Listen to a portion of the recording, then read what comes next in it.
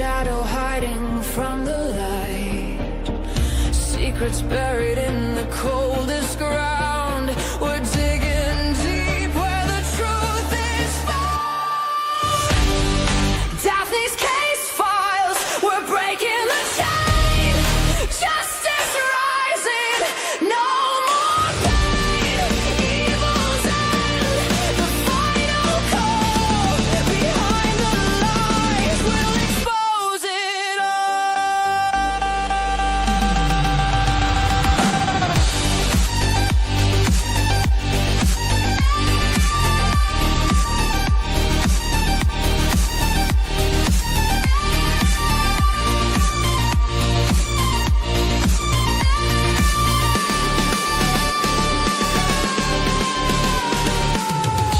Whispers echo in the darkened halls. Faint confessions on the paper walls. Every victim deserves their say. We're here to chase the night away.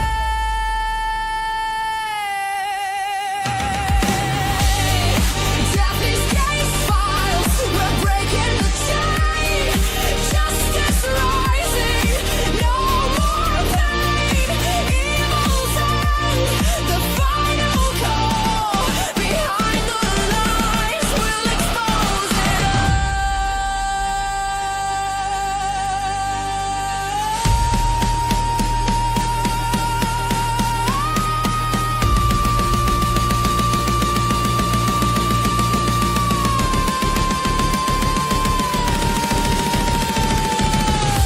Unseen crimes, they thought they'd won, but the fight for truth has just begun.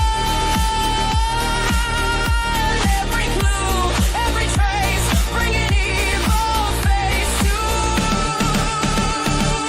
face.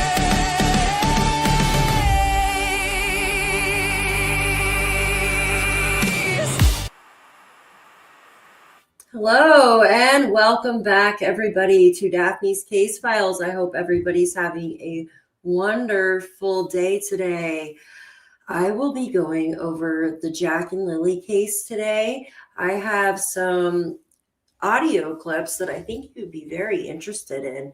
We'll be going over that. We'll talk a little bit about the documents. We'll talk a little bit about the human remains dogs that visited a couple of months ago. But I want to welcome in everybody. How is everyone today?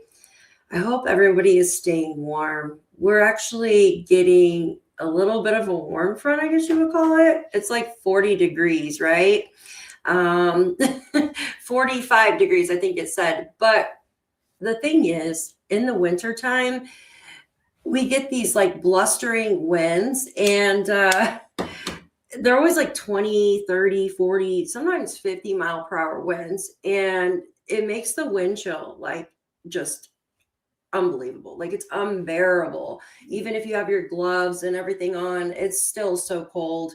I went out the other day and I have these gloves that you could flip your little mitten over, right? And your fingers are exposed for a second if I need to use my hands. And within like a minute, like they're already like turning purple. It's crazy.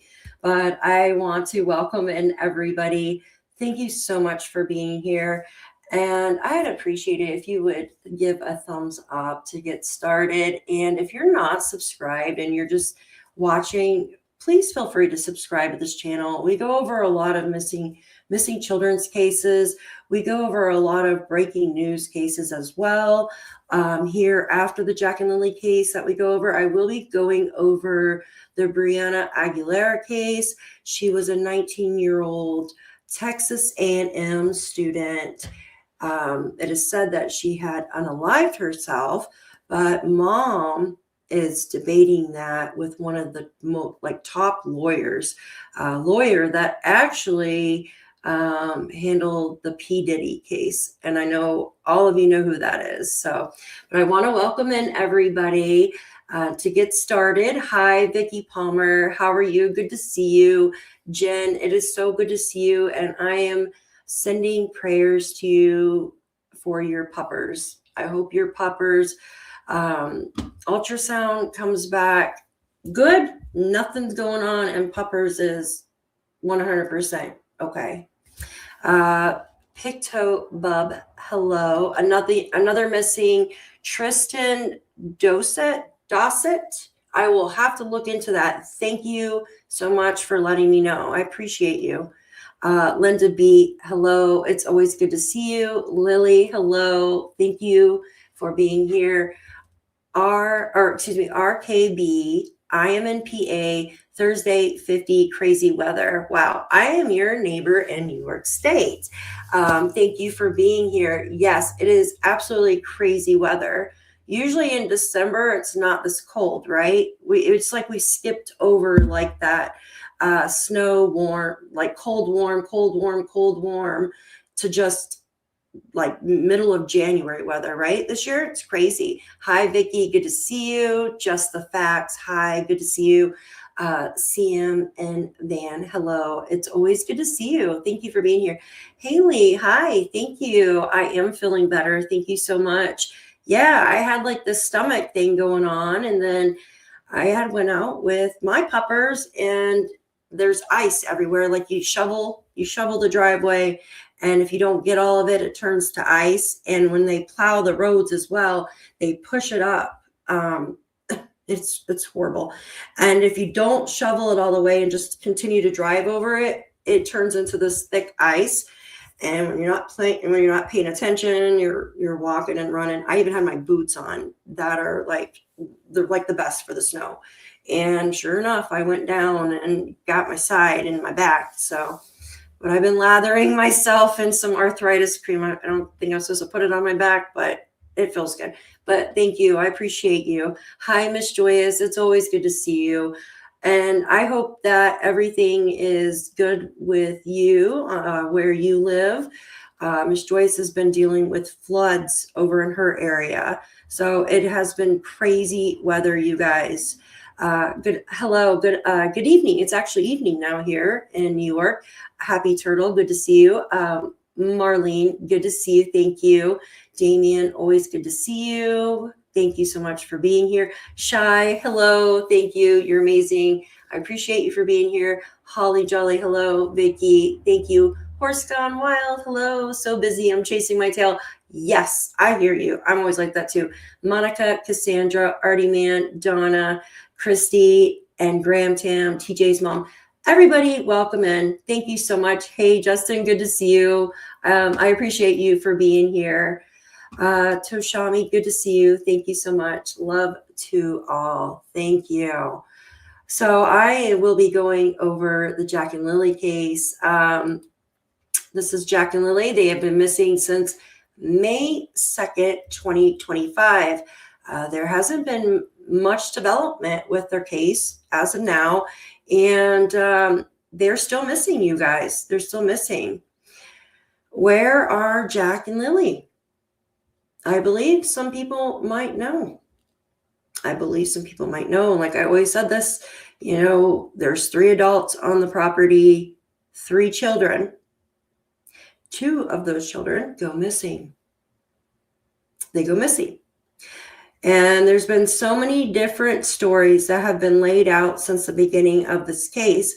And like I always say, the truth is only one story. Yes, there are, when you're telling what your perception of what happened, yeah, you can add in details here and there, but certain details don't flip-flop, right? Like you're explaining the day, I went out and drove around the neighborhood, and then I came home. By the time I came home, this person was here waiting for me, right? And then that it doesn't change. It doesn't flip-flop, right? It doesn't flip-flop. I'm sorry. And that's not the only thing. There's so many different things. There's so many different stories that you start questioning yourself. You start questioning if you actually heard the story correctly, right? How many of you in chat have actually questioned yourself about events that have happened in this case? when you've like read it or you've listened so many times, how many of you have questioned yourself? Probably a lot, right? Because I know I have. And I mean, I have followed this case since the beginning, just like a lot of you. I know Justin, I was actually watching his video on another case when a local from PICTOU County came in and mentioned, hey, 2 children are gone. 2, not 1, 2. That's a 1 in a million, right? What are the odds of that? Yeah. So let's dig into this. So I will be going over, we're just going to read through this again. I'm going to close my door real quick because Kitty is up to no good. And give me just a second.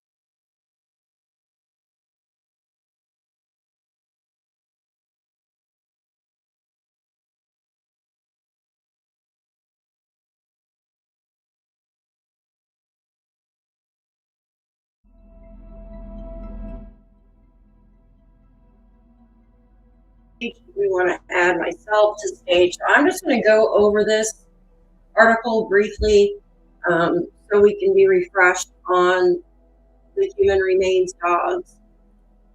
I'm going to start from the beginning here. Where did I go here? There we go. Jack and Lilly right here. Jack is now 5 years old. He's now 5 years old.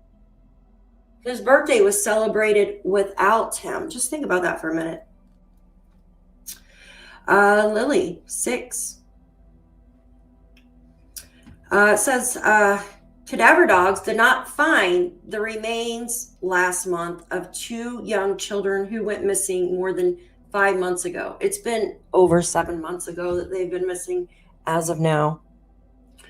From their home in rural northeast Nova Scotia. The RCMP is continuing to explore all possible scenarios in its effort to locate Jack and Lilly Sullivan. After searches in Landsdowne Station in late September didn't result in finding human remains, the force said Wednesday in a news release, Luke Reddy and his police dog Narc, as well as Sergeant Dave Whalen and his police dog Kit, searched a total area of 40 kilometers. 40 kilometers. The team, specially trained in detecting human remains, searched at the property. They searched at the property from which the children went missing and they searched along the pipeline and intersecting trails. And in an area where the pink blanket was previously found, which we all know that is on the Landsdowne Road. All locations where there was a highest probability of finding the children. Okay, so I'm just going to go over that with you again. So they searched where the highest probability of finding Jack and Lilly. So they searched where the pink blanket was found. They searched along the pipeline and intersecting trails in the area, right? And they also searched at the property, right? It says, however, the teams did not locate any remains. The dogs are highly trained to detect and indicate the scent of human remains, Staff Sergeant Pike, who trains his dogs, okay? In the release. If the dogs did not alert the handlers, it suggests the dogs were never in the presence of human remains odors. So what that means is, if the dogs, the human remains dogs, didn't alert, some canine handlers have their dogs bark, or they sit down, or they lay down, or they just look up, they can train them to do any kind of, indication when the dogs find something, right?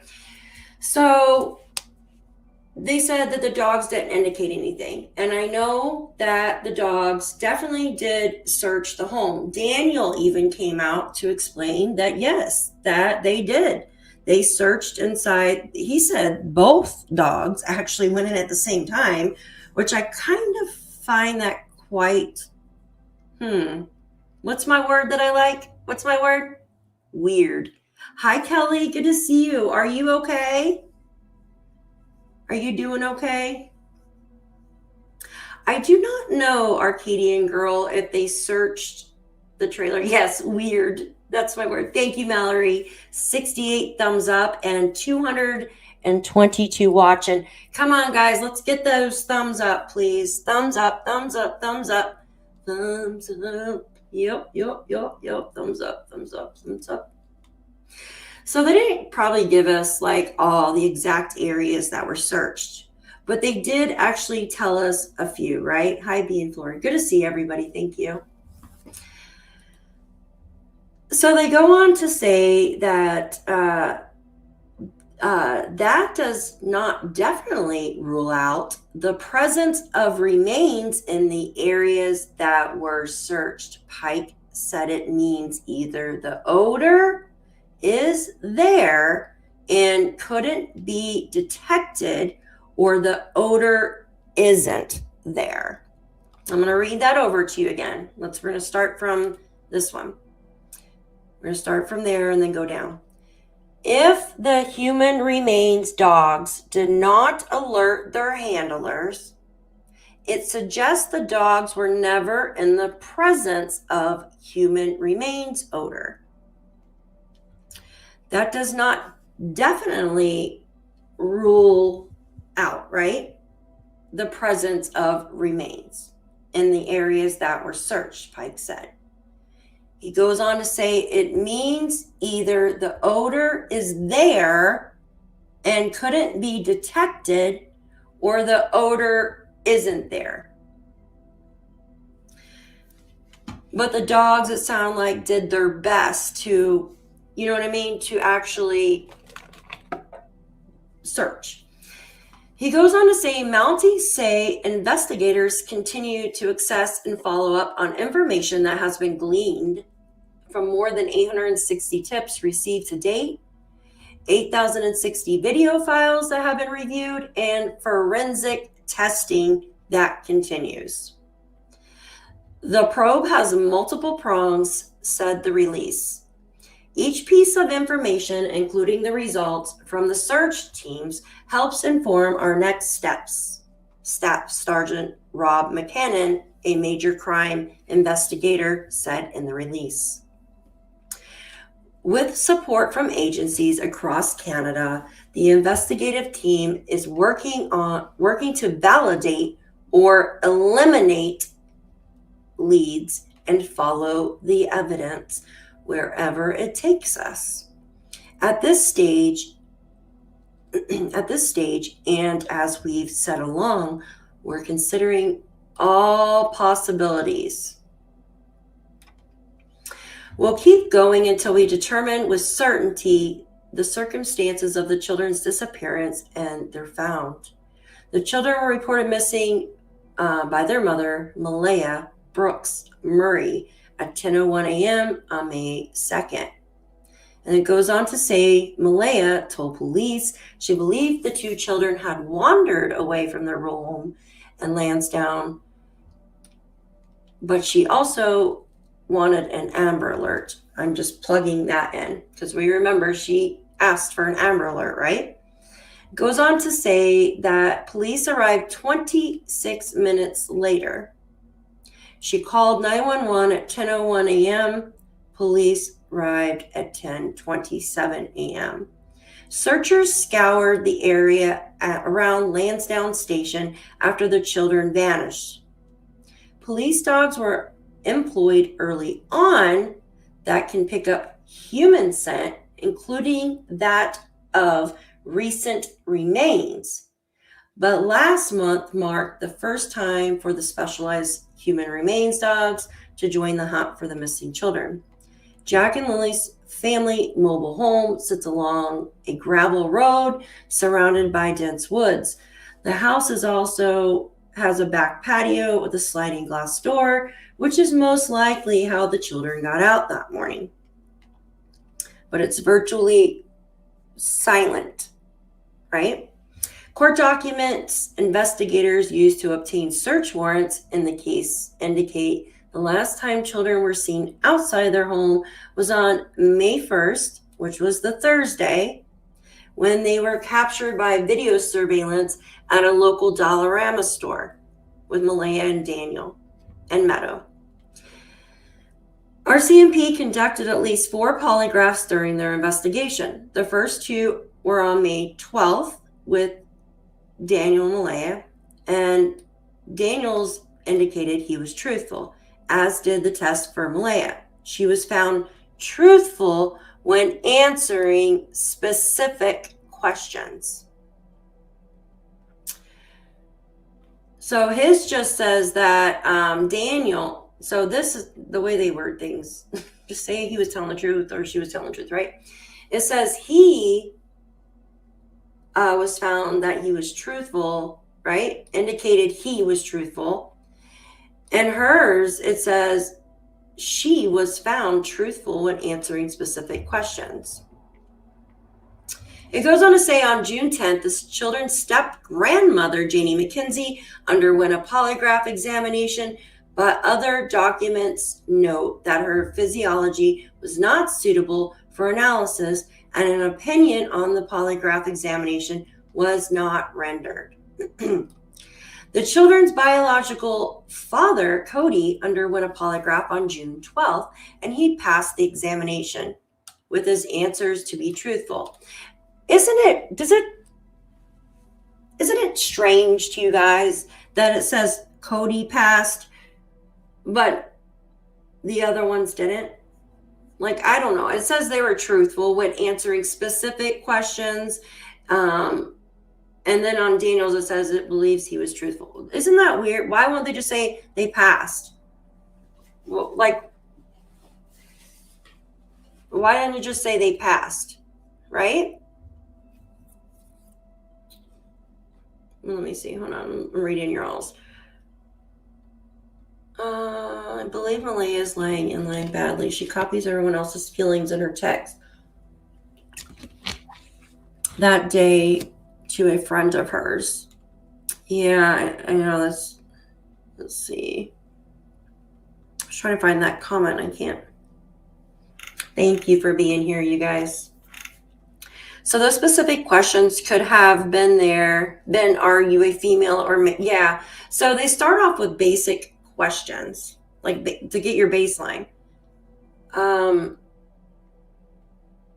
It didn't label out which questions they were asked, other than Daniel saying the questions were all about, did you unalive the kids? Did you know what I mean?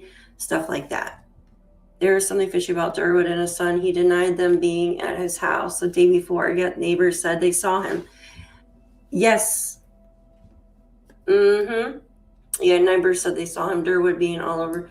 Yeah, some of the things he has said. We're going to go over some things here, and I got some stuff I'm going to show you here in a minute. Really just itch me the wrong way. Really itch me, you guys. Yeah, but who knows if we'll ever know, because the stuff is still covered up.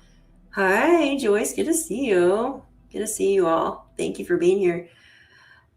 Yeah, Jen, I kind of think so too. Like, Daniel said he wanted another polygrapher. Why? He's taken, it sounds like he took 2 polygraphs. Has anyone noticed that they kept Daniel's phone for 2.5 days when they pulled info off it, but they only have Malaya's for a day? Huh. That's a good question. Yeah. That's very interesting. They would have asked questions based on the gaps. Anyone can pass those tests. Okay, it says in July, the Mounties said they were running forensic tests on a pink blanket found during the search of the heavily wooded areas near the children's home. Police said at that time that the family had confirmed the blanket belonged to Lilly, but investigators released few details. Later, police dispatched a sniffer dog. So this would have been the sniffer dog is the bloodhound, right? Remember, there was a bloodhound, and that was a sniffer dog. So you got different types. So you got air scent dogs, which are the ones that keep their nose up. And then you got certain dogs like bloodhounds, German shepherds, I think Malinois, like ones that just constantly just have their head down to the ground, right? Like my dog, like it's a wonder, like her neck is not stuck down because that's all she does. She sniffs everything, like constantly. Just her. I should have named her Sniffy. Sniffy the dog. Snarky Pants. Hi, good to see you. I like that name too. It goes on to say that they dispatched the sniffer dog, which was the bloodhound, to the area where the blanket was found. And we all know where the blanket was found. If you don't know, I can bring up my Google Earth maps if you're not sure. But the animal, talking about the bloodhound, was unable to pick up a scent of Lilly or Jack. According to information police filed in court to get the search warrants. So I was told by a family member that this bloodhound was given a scent of that blanket, right? The pink one found right there on the pipeline, right? And it could not get a track from that. Bloodhounds, man, you think German shepherds can smell out something? And they're excellent at it. Bloodhounds are one of the best. They even use their ears, guys. Their ears, because their ears are so long, to grab scent off that. My dog, when she's trying to get a scent to find out what it is, she'll dig her nose in the ground. If she can't get the scent, she'll lick whatever it is. Sometimes I gotta watch her because I'm like, I don't want you licking that, right? It's gross. Countryside Wildflowers. She was very nice to gift one of these amazing Daphne's Case File memberships. And whomever received that, please tell her thank you very much. Thank you so much. I appreciate you. You are amazing. Thank you. Who got that membership? Hi, American Justice. Good to see you. You're late. You need a late slip, don't you? Thank you for being here. Late slip for you. Late slip for you. Here we go. 7 days later. 7 days later. They also had a dog that can sniff. Yes. Recent remains. Yes, absolutely. So they had air scent, and then they had the bloodhound, and then the shepherds, which were the human remains dogs, right? Yeah. Good to see everybody. All right. This goes on to say that Malaya told police at one point that their biological father might have picked them up and taken them to New Brunswick. So why would Malaya say this for? Why would Malaya just randomly come up with, hey, why Cody might have picked them up when he hasn't seen Jack and Lilly in years, right? Misdirection. I think so too, Robin. Well, I know her mom had mentioned something like that. She actually called Malaya, talking about Malaya, called the police around midnight Friday night to let them know this, right? Hi, good to see all of you. Good to see you. Animal keeper, hello, good to see you. Yeah, I can see DM moving them free so we could get Meadow. She tried to leave. I think DM told her. I think it was her mom, Cindy, but I cannot be 100% on that. I don't know if it says in the documents or not, but I know I heard that somewhere, but I'm not 100%, so just don't quote me on that. It goes on to say, this is talking about Cody. He is Cody. Did not know what happened to Jack and Lilly. Police noted he was home on May 2nd and never goes anywhere. He has not been anywhere other than his house recently and has no contact with Malaya since the children went missing. Police, and then it goes on to say, police received lots of tips in the case, including one from a witness who said she was traveling with her sons on the morning of May 2nd and saw two children walking along the side of the road. She told police she saw the children that morning walking towards a Caucasian female of around 50 to 60 years old who was waiting next to the passenger side of an older model tan or golden sedan with the back open door. Now, that's the end of the article. So that lady, I cannot remember her name. If you remember her name, please put it in the chat. When children are missing, it's standard practice to have a parallel criminal investigation start. Absolutely, it should be. Hi, Wano, it's good to see you. Hi, Shan. So this woman, this witness that they're talking about, you guys, this is the woman that said that she witnessed which she thought was Jack and Lilly. But she went on to say that the girl looked like to be 9 years old, and she was wearing like a tank top or something and had, oh goodness, curls in her hair. What I think this woman had witnessed maybe was the week prior when she witnessed Daniel's other children leaving his house. This is my speculation, because Daniel's other daughter is 9 years old. So it would make kind of sense, right? Natasha Hayward. Thank you, Donna. Thank you, America Just. I appreciate you. I couldn't remember the names. Guys, there's 360 people in both chats. Please hit that thumbs up. I'd really appreciate you.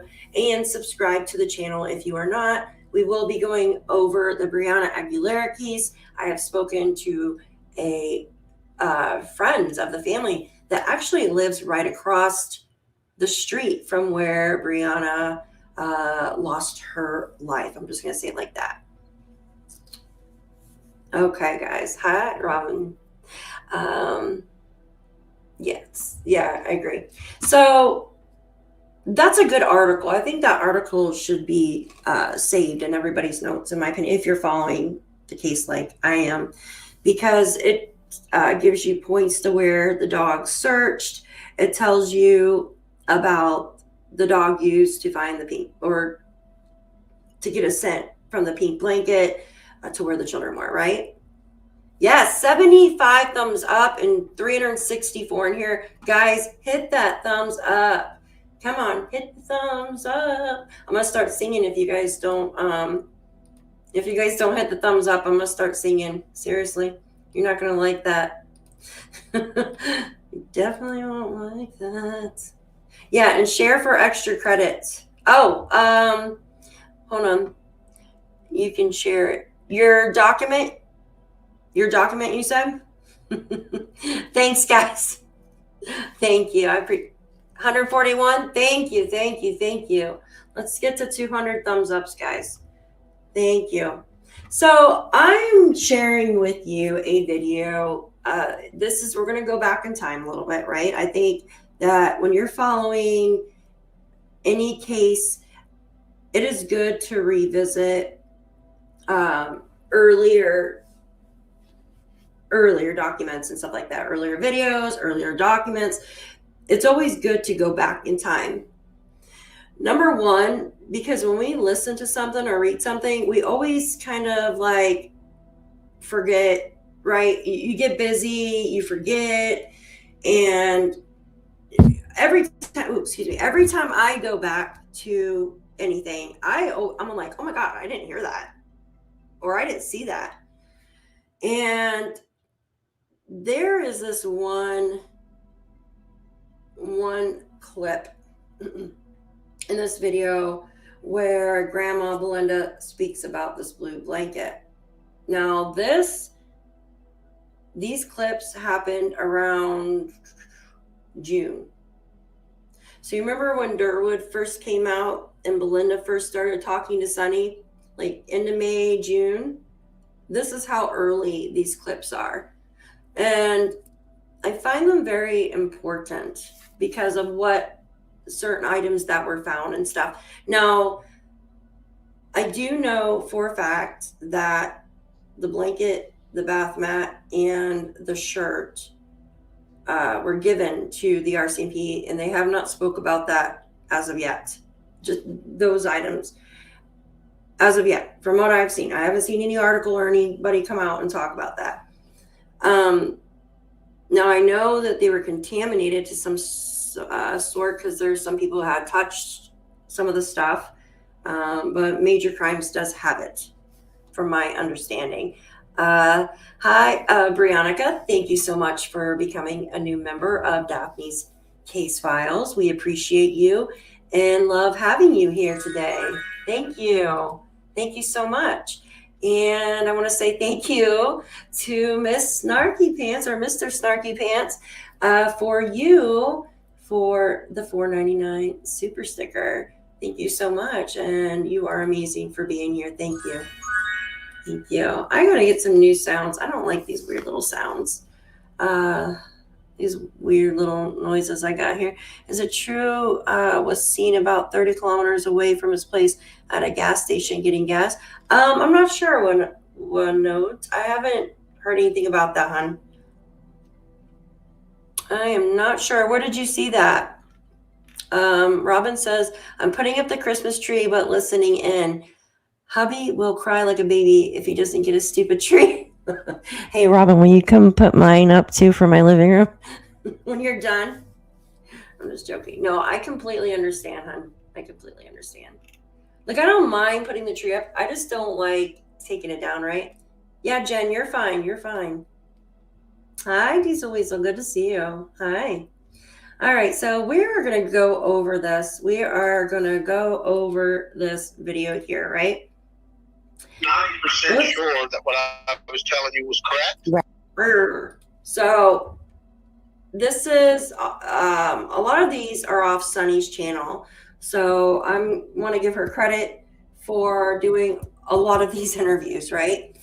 And here, let me put her link here. Is it all together? I mean, shame. Okay, since we're using her content, I clipped them together, but it's her clippers. Put that right there. My cat's trying to break down my door. I can hear her. Ads. These ads are tearing me up. Oh, what? Sometimes YouTube does that. I don't know why. Is everybody getting them? I wonder if I can turn them off. Hi, good to see you, Angelina. Good to see you. They're bad? Okay, I'm going to start this video and let me go see what I can do. If I can just, like, turn them off or something. Right. But I was going to see some people. Right. That I wasn't sure I'd be coming back from. Right. Oh. So if I never came back. Did you guys hear that? I was going to be going to see some people, and he was talking about Daniel's friends. I'm like, what? That's what he's talking about. And he wasn't sure if he would be coming back from. That's weird. Yeah, I think I can turn him off, Hustler. Hold on. I'm going to play this and work with it real quick. I wanted somebody to be able to say, this is what he thought when he went to do this. And if he went to do this and I ended up not coming back, Right. And that would give you a good strong trail Right. to follow as to maybe who. What happened? Yeah. Your errands. So the people I went to see, I never expected this. You see, I expected a different thing altogether. Different outcome. Yeah. Mm-hmm. So I went to see these people, and But what, Darren? that's why things changed on that. That's why things changed in the circumstances that I told you on that letter. Yeah. Things changed a lot. So that's not even near totally accurate. It might be 50% accurate. But I'll tell you this. I will tell you this, guys. In the end result, if Daniel was guilty of and being involved in the disappearance of these kids, the kids would. Did you guys hear that? So I'm gonna. Yeah, I checked mine. It doesn't show. Hold on 1 second. Just trying to change settings and refresh to see if that helps. Sometimes YouTube, like. Hold on, guys. I think my mic comes unplugged or something. Can you guys all hear me? Let's see. Oh, Lordy, my computer is like 500 years old. He did mention, Brandy, that, yeah, he said he's come over to my house a few times or something like that, but I know Durwood doesn't live with his wife anymore or something. Guys, hit that thumbs up for me, please. So I'm going to play this over again for you. This I just find really just creepy. Of and being involved in the disappearance of these kids, the kids would have definitely been dead. So he goes on to say, if Daniel was involved in the disappearance of these kids, the kids would definitely be red rummed. Why? Why would he say such a thing like that? Oh, thank you, Madagascar. Hi, good to see you. Why would he say stuff like that for? I'm just curious. That's just a very odd thing to say, right? Like, who says that? Now listen to the next one. I had to slow it down like 500 times to listen. No two ways about it. If Daniel was guilty of that, they would definitely be dead. Why would the kids definitely be red rummed if Daniel had his hand in getting rid of the kids? Why would he say such a thing? Like, why would he say such a thing? Now listen to this part. If Daniel was innocent of that, and I'm only talking about the removal of the kids, I'm not talking about their life together. I'm only talking about this.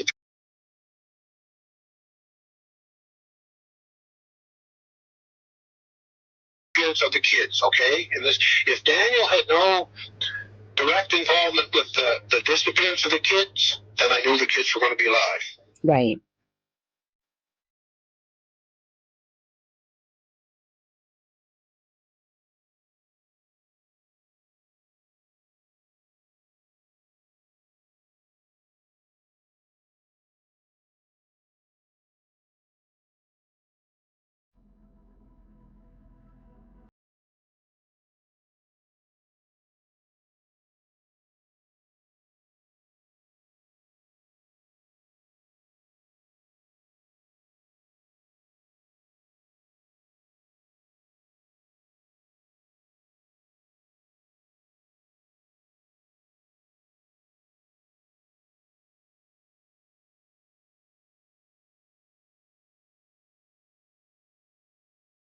Oh, I'm so sorry. Sometimes.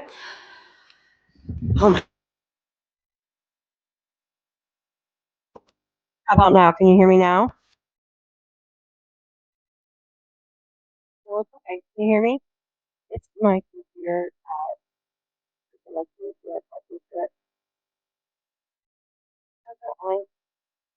Holes, I guess. I don't know. Like anything, because I try to plug in like like the Logitech thing for my mouse, and it won't work. I'm like, thanks a lot, you know.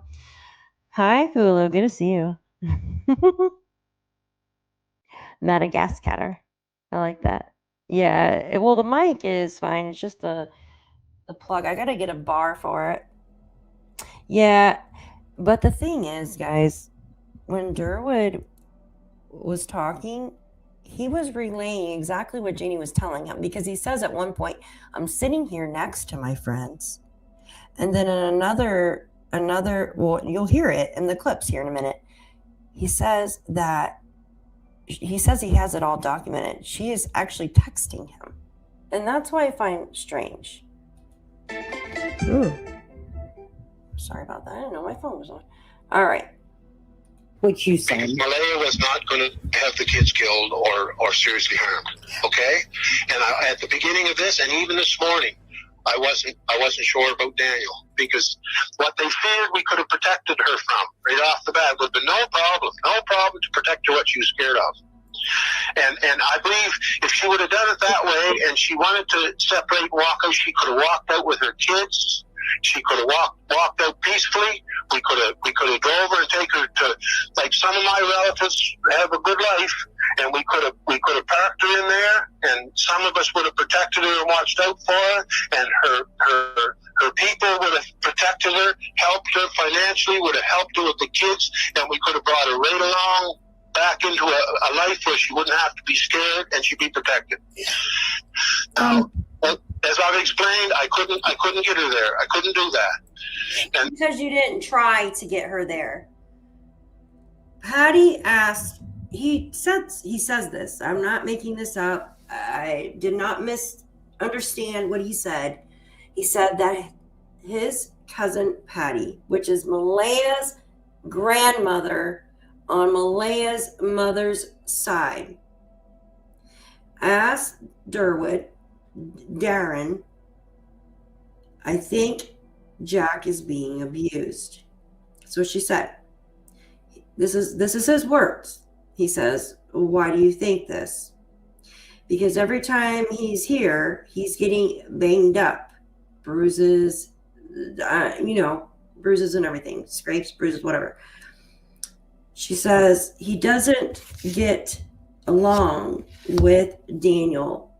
They butt heads, or some word like that, right? And he goes, oh no, I'm not getting involved in that. What?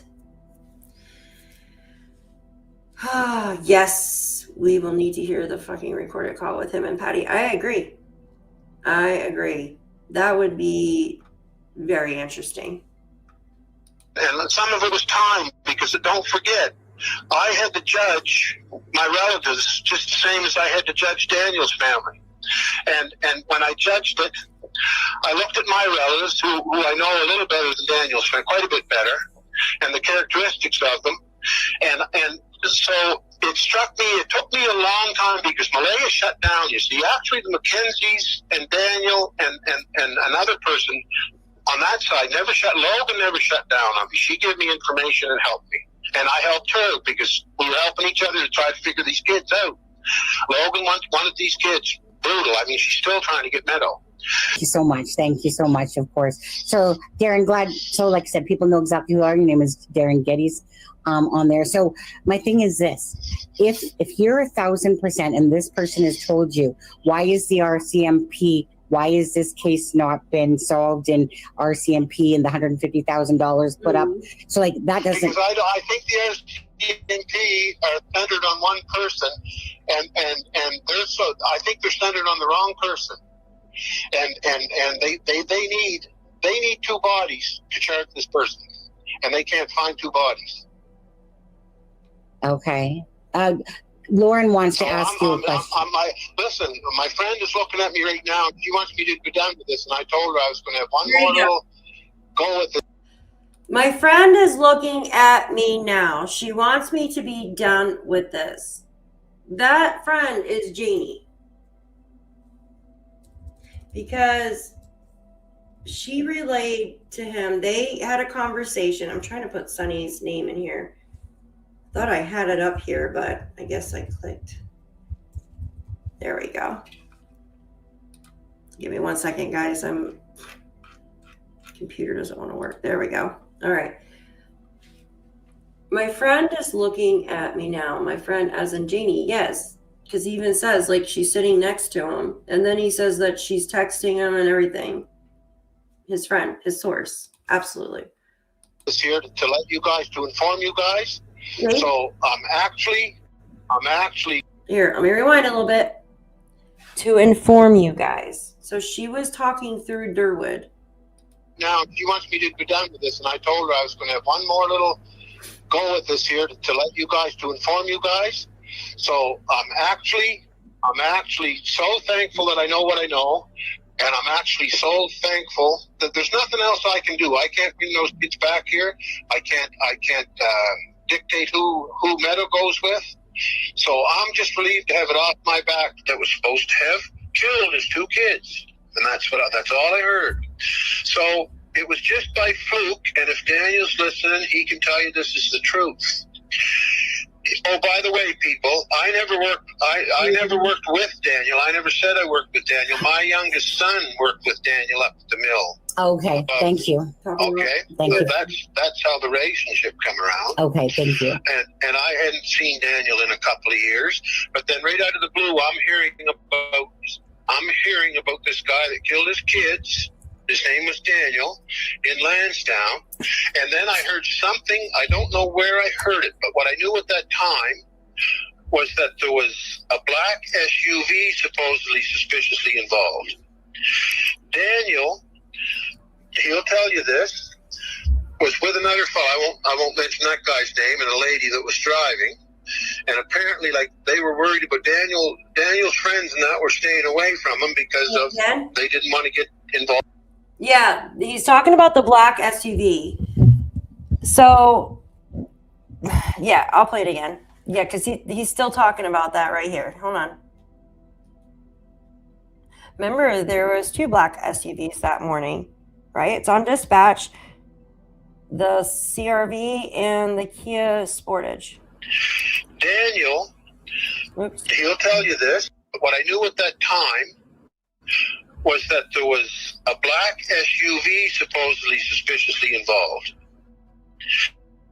Daniel, he'll tell you this, was with another fellow, I won't mention that guy's name, and a lady that was driving. Oh. And apparently, like, they were worried about Daniel's friends and that were staying away from him because of they didn't want to get involved or get touched with that stuff. So, and it, like I said, Which part is that? Is it before? And he sold a Kia Sportage a few months later. Oh my gosh. That's crazy. Post-traumatic discharge syndrome. Wait. Is it when he's talking about the Tim Horton friends there?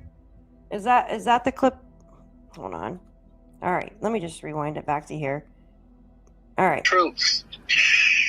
Oh, by the way, people, I never worked with Daniel. I never said I worked with Daniel. My youngest son worked with Daniel up at the mill. Okay, thank you. Okay, Thank so you. that's how the relationship come around. Okay, thank you. And I hadn't seen Daniel in a couple of years, but then right out of the blue, I'm hearing about this guy that killed his kids. His name was Daniel, in Lansdowne. Oh. And then I heard something, I don't know where I heard it, but what I knew. I'm hearing about this guy in Lansdowne that red rummed his kids. So he's sitting at Tim Hortons. You know, he sits at Tim Hortons with his buddies, drinking his tea or coffee or whatever. And he's hearing this, he's hearing about this guy in Lansdowne that, because people are talking, right? It's a small town. People talk. That's what happens in all small towns. I mean, I live in one, I know, right? And that's where it comes in. He was hearing it. Yes, Haley, there you go. That exact. Oh my gosh, I always click on the wrong one. Absolutely. That's what he was hearing about Daniel. But he didn't put two and two together until a little bit later. At that time was that there was a black SUV supposedly suspiciously involved. Daniel, he'll tell you this, was with another fellow. I won't mention that guy's name, and a lady that was driving. And apparently, like, they were worried about Daniel's friends and that were staying away from him because of they didn't want The one friend was Chance, right? The one friend was Chance. Hold on, I'll tell you the other friend's name because I have the documents right here. Hold on. Remember, because they helped him search. So Daniel's friends, Chance and Adam. Adam and Chance, and there was a girl too. There was a girl, but the girl never came and searched. But he mentions a girl too, but maybe that was one of the girls he was dating. Because remember, he was dating, I don't know, one of his girlfriends maybe that he was dating. Taylor, was it Taylor maybe? Any sus of what DW says the same as Daniel. Yeah, it's weird. get involved or get touched with that stuff. So, and like I said, if Daniel's online, I hope Janie's here too. So one day I was working in behind my barn in Foster Avenue where I work on my junk. I'm retired, but I go back to the old property and I got a barn back there and my tools and a bunch of old junks back there. So I just go there to play now, really, fix up old junk. I was back there one day. And this was, like I say, about a week and a half or so after the kids had been gone. And this black SUV pulled out in front. I never thought anything of it. And so I walked out front just to see who it was. So it was a lady driving who doesn't need to be named and it was another guy with Daniel. And it was Daniel. Daniel got out of the rig. And this other guy I know. This other guy used to work with my youngest son too by coincidence as another lady. So when they were down the road, the other guy and the girl brought Daniel in town because he hadn't eaten in a few days and he looked pretty gaunt, so they brought him in town to buy him a slice of pizza and get him straightened up. Oh, by the way, when Daniel and this other guy dropped into the yard, I went out front and seen Daniel get out of the car, and we shook hands, and it had been a couple of years at least since I saw him. My son Jordan, his buddy, come out of the house and said, "Oh, Jesus, Daniel." Now, Jordan, this is your own words. Nobody wants to watch Jerry Springer. That's not even on TV anymore. That's in the 90s. This is your own words. We're listening to you. So are you talking about yourself here? Because we're listening to you, because we're going back in time to listen to what you are saying. So before you start mouthing off at me, you're actually calling yourself a foolish idiot. Fucking ridiculous. They already knew more about it than I did. Jordan grabbed him, and all of a sudden I caught on. Jordan grabbed Daniel and gave him a hug and said, "Listen, Daniel, I know you couldn't have done this." He said, "They're saying you killed your kids, and I know you never did it. I know you did, and it's not in you." All of a sudden, I'm standing there, and that was like a slap in the face. I thought, "Holy shit, this is the Daniel." So then that's when I started piecing things together. Yeah. So that was within a week. Like, what the fuck is he talking about? He's the one talking. So is he calling himself an idiot? Like, I'm just playing his video. What the fuck? Does he not want somebody playing what he said? Like, I don't understand that. I've never been mean to him, but now I'm going to because he's a fucking douchebag. Jesus Christ. He's talking about Sonny? Well, still. Like, it's just rude to come in here and say that. Like, I'm literally playing his video because it's good to go back and listen to what family. I'm not even going to go on it. I'm not even going to go on about it. I'm going to rewind that. So this is a week after. And all of a sudden I caught on. Jordan grabbed Daniel and gave him a hug and said, "Listen, Daniel, I know you couldn't have done this." He said, "They're saying you killed your kids, and I know you never did it. I know you did, and it's not in you." All of a sudden, I'm standing there, and that was like a slap in the face. I thought, "Holy shit, this is the Daniel." So then that's when I started piecing things together. Yeah. So The other thing is, listen, this has been totally, I got into this totally for my cousin. So can you confirm that 8 o'clock, like what you said earlier, was about the time that Janie kind of seen Malaya, but didn't? No, that would have been a mistake. It was later than 8 o'clock. I would say it was later than 8 o'clock. Okay, so it's I would say it was. Now I even. Okay, so these are clips, right? They're not the full conversation. I just clipped off what I think is very important to get rid of filler, right? Because it's not just him with filler. Everybody has filler, right? What gets into stuff or whatever. So I just clipped out like the important pieces that I believe that are important, right? And he explained about like hearing stuff at the Tim Hortons, and that's what he just explained. Now what he's getting ready to go into is the timeline part with Janie, right? That is what he's about to go into right now. So let me just rewind just a little bit. I'm gonna be kind and rewind so we're all on the same page here. Okay, I think, all right. Sudden I'm standing, and that was like a slap in the face. I thought, holy shit, this is the Daniel. Mm-hmm. So then that's when I started piecing things together.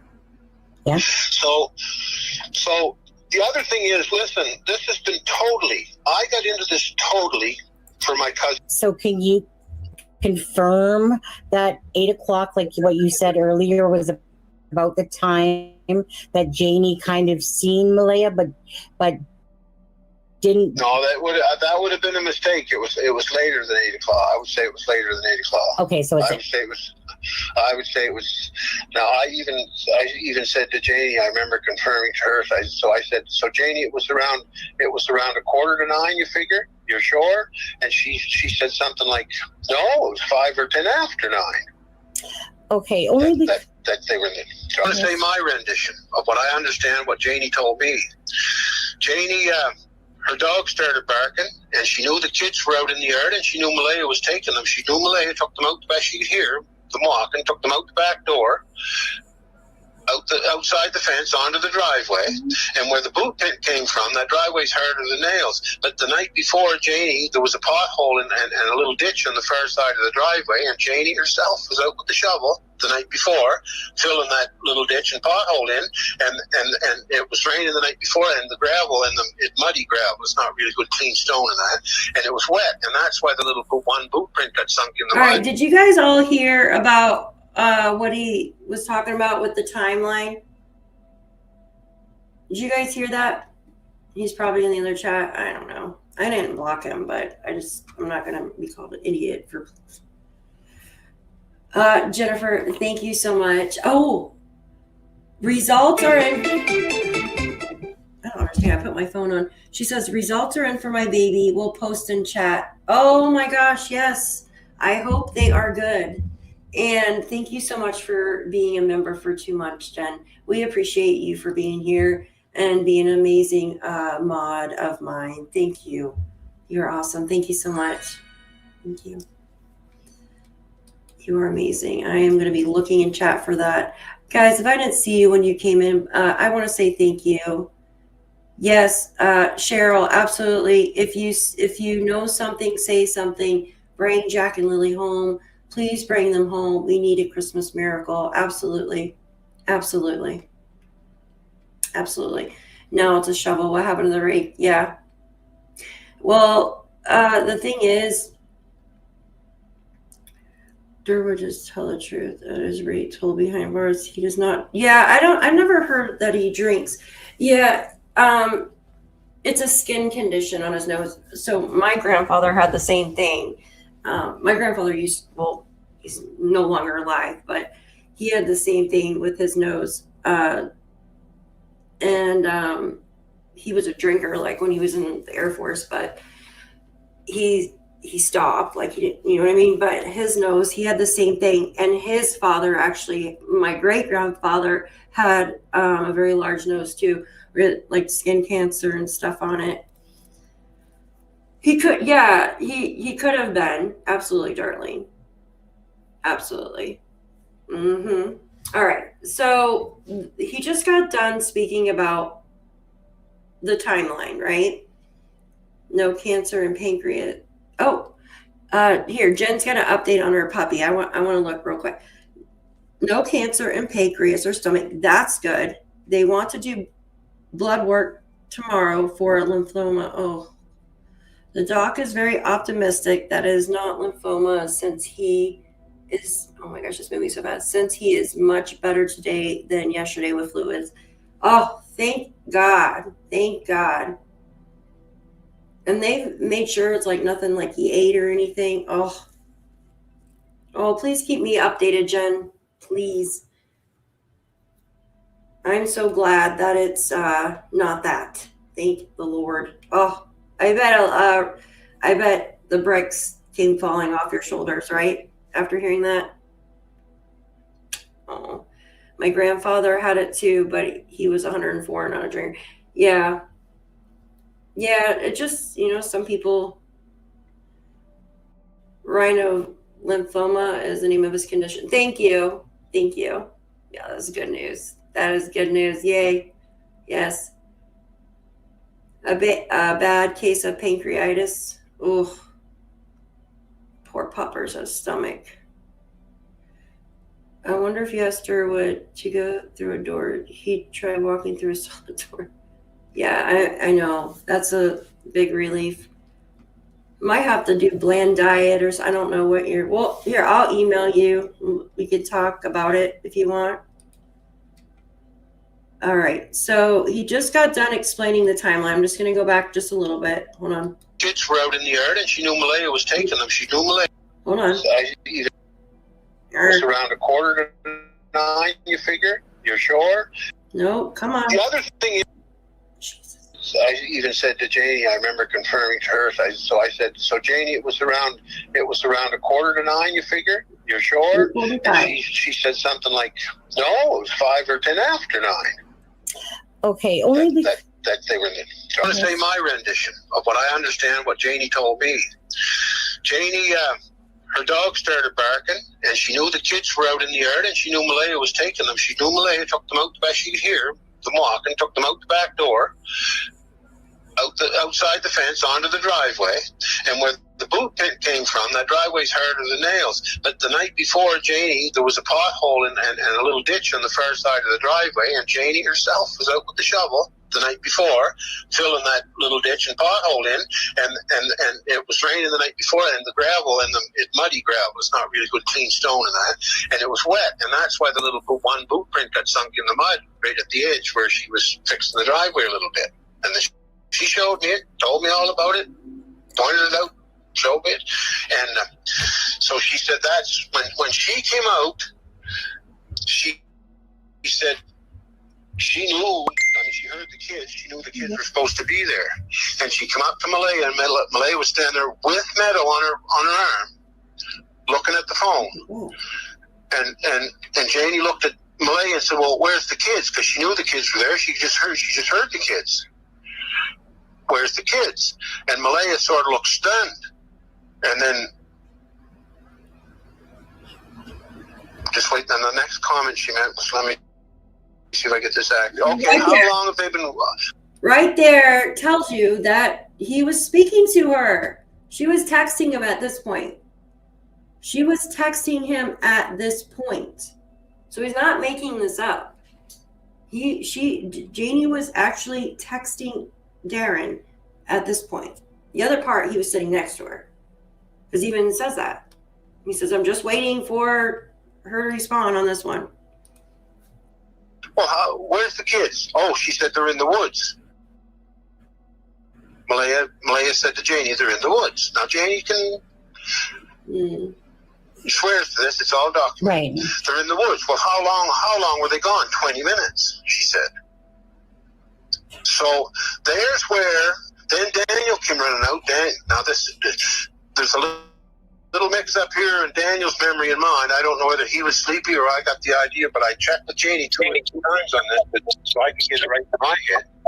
So anyway, long story short, and maybe a little error in there somewhere, was that was my main finishing proof that Daniel never killed the kids. They were there alive, around 8:30. but no, it was later than that. They were there about Janie, and Janie's got this timeline all documented on her phone. She was that smart.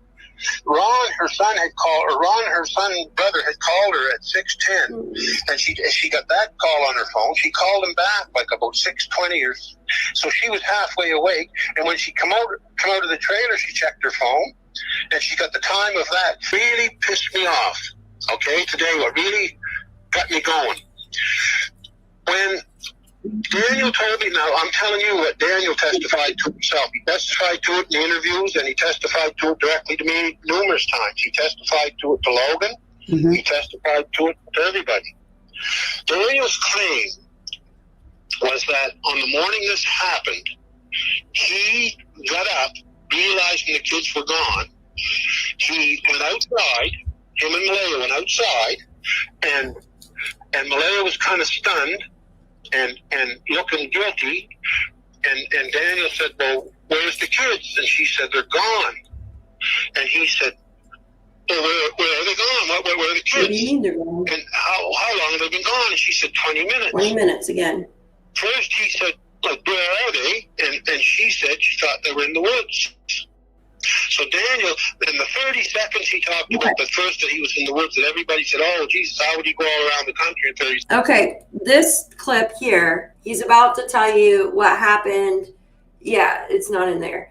He's about to tell you what happened with Daniel that morning. Like, Daniel, because remember how we were like, how did he search here? If you search there, it was 2 different times, right? Because remember, he went up to the little kids' forts, right? That took about 30 seconds, he said. Then he came back down, went into the home, went back into the trailer, grabbed his keys, and he said he left his cell phone sitting on the table. He says, "I didn't bring my phone because there's no service out there anyways," right? But there is spotty service out there. So how do you know there's not going to be service if you did find Jack and Lilly? And then he gets into he says the vehicle, he says the 2017 white Nissan Pathfinder, which I don't know why he went into detail with that, with Malaya's vehicle. And he went over down the Landsdowne road and checked the culverts and the rivers or whatever, the middle river. Then he came back up over the railroad tracks, like by Landsdowne Station. He came up 289 and parked by the little marsh there. At this time, in this version, he says that the RCMP were already there, walking up to see Malaya. But in another version, he said that he waited for the RCMP to get there. And then in another version, he said that he took off to search again. But the RCMP told him in the one version that he shouldn't go and search. Seconds. No, it was two different times. They got a little cabin beside the house that the kids play in. Actually, there's 2. If you go halfway down the driveway and then left up over the shoulder of the driveway and then back towards the trailer, there's a little half-arse log cabin that somebody made for them, and it's like a playhouse for the kids. Yeah. Mm-hmm. Okay, and then there's another little one behind that that's cut out from underneath a tree where they go up, and there's toys scattered in there and that. So Daniel's first thought was they're up in the cabin or they're in the playhouse. So this is where he ran down the driveway, ran up over the little bank up in by the cabin, and he did the whole circle in under 30 seconds. By then his mother was out looking for the kids. So then Daniel said to Malaya, "Well, where are the kids?" And she, somewhere along the line, and he got the idea that she was saying they were in the woods.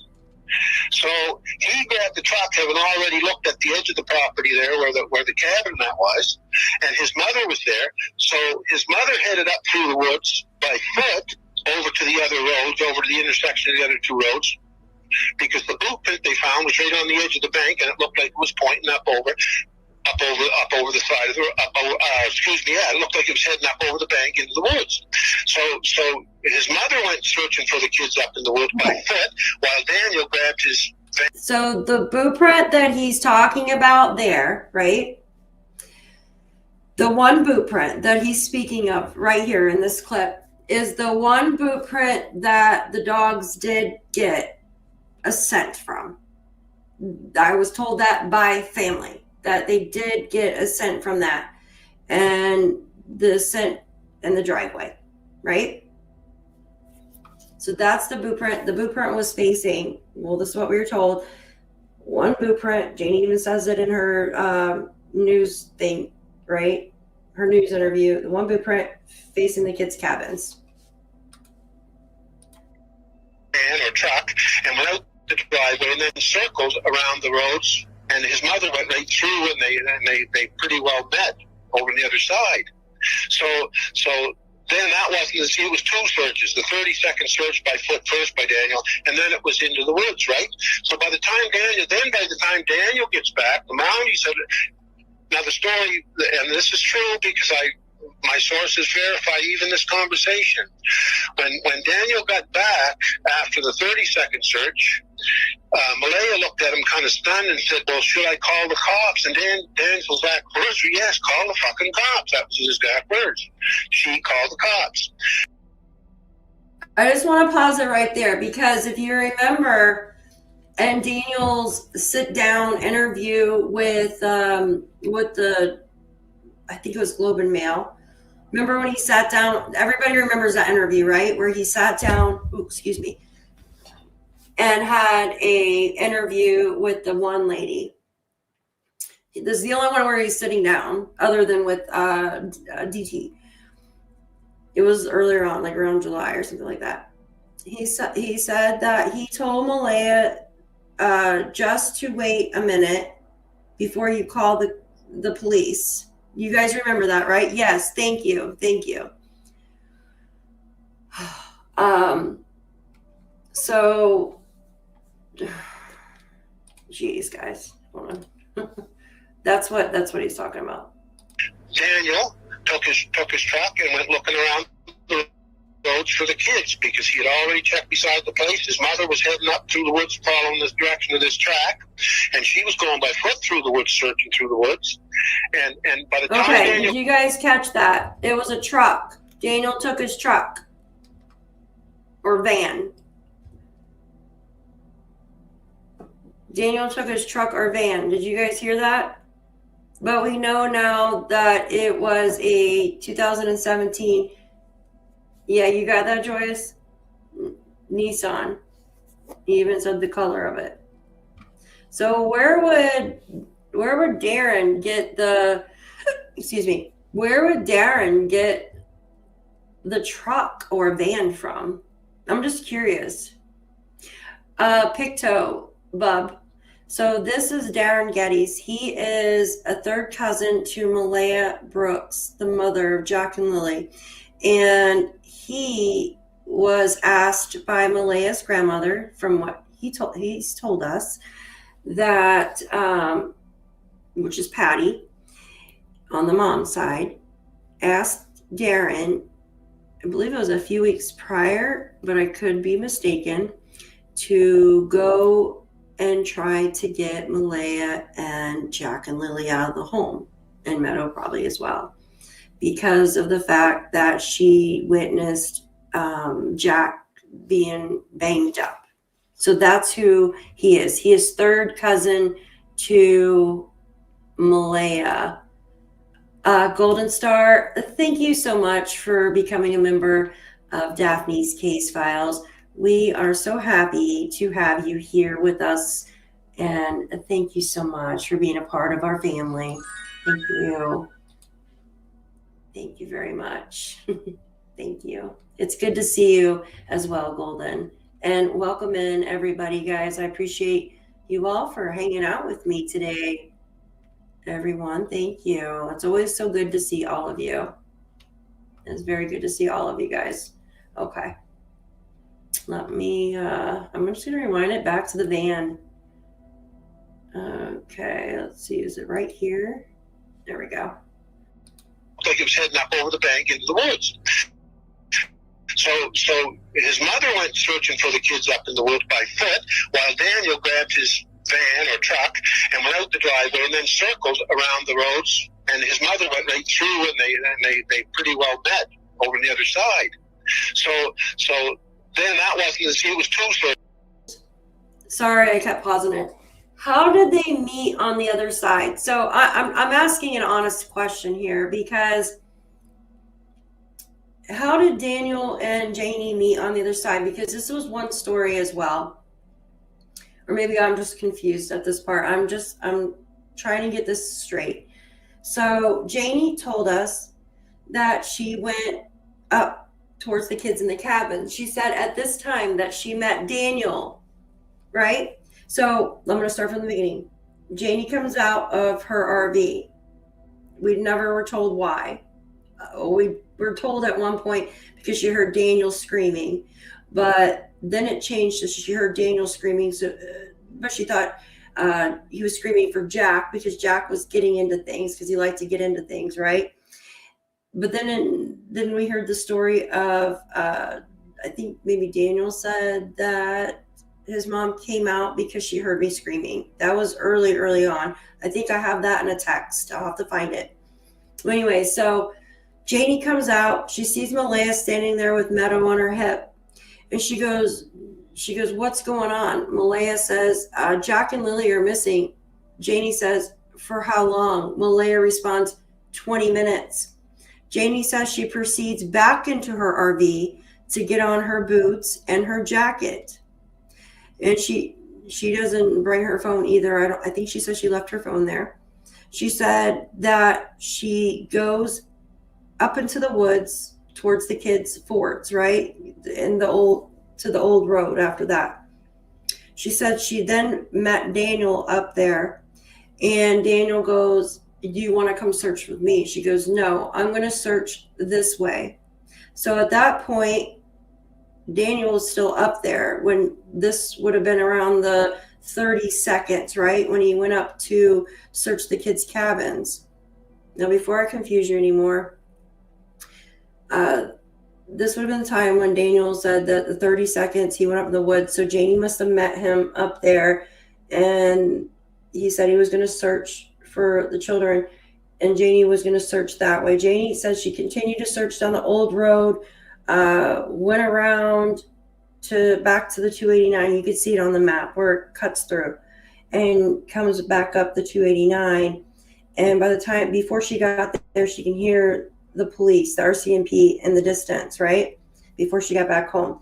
Anyways, at this point in time, Daniel, if he was only up there for 30 seconds, he should have already been driving around off of Landsdowne Road, which is opposite way from where Janie went, right?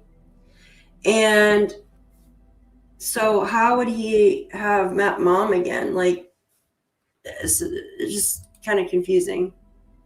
Which is the 30-second search by foot first by Daniel, and then it was into the woods, right? So by the time Daniel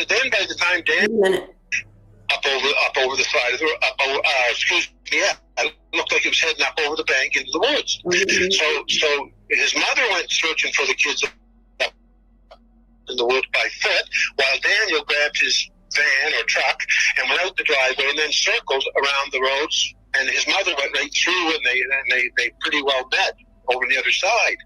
So then that wasn't, it was two searches, the 30-second search by foot first by Daniel, and then it was into the woods, right? So by the back, the Mountie said, now the story, and this is true because my sources verify even this conversation. When Daniel got back after the 30-second search, Malaya looked at him kind of stunned and said, "Well, should I call the cops?" And Dan's exact words were, "Yes, call the fucking cops." That was his exact words. She called the cops. Daniel took his truck and went looking around the roads for the kids because he had already checked beside the place. His mother was heading up through the woods following the direction of this track, and she was going by foot through the woods, searching through the woods.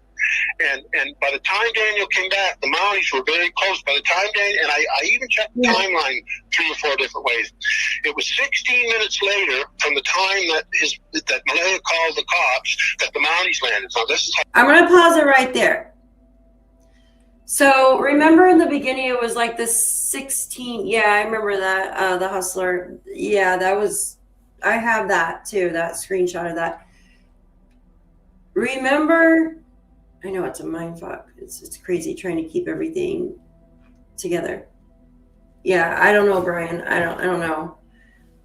Yes, Dragonfly, thank you. Yes, hit that thumbs up, you guys. Hit that thumbs up. Hi, Jane. Good to see you. Good to see all of you. Thank you. So, oh my goodness, I forgot what I was going to say. So, hold on one second. Okay, so Janie went up by foot, and then Daniel was in his car looking the opposite direction.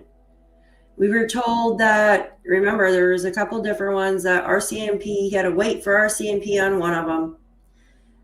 The other one, RCMP were already there.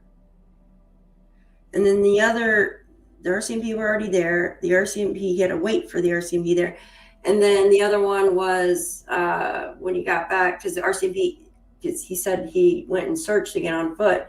But yet he didn't, because the RCMP were there and told him not to search.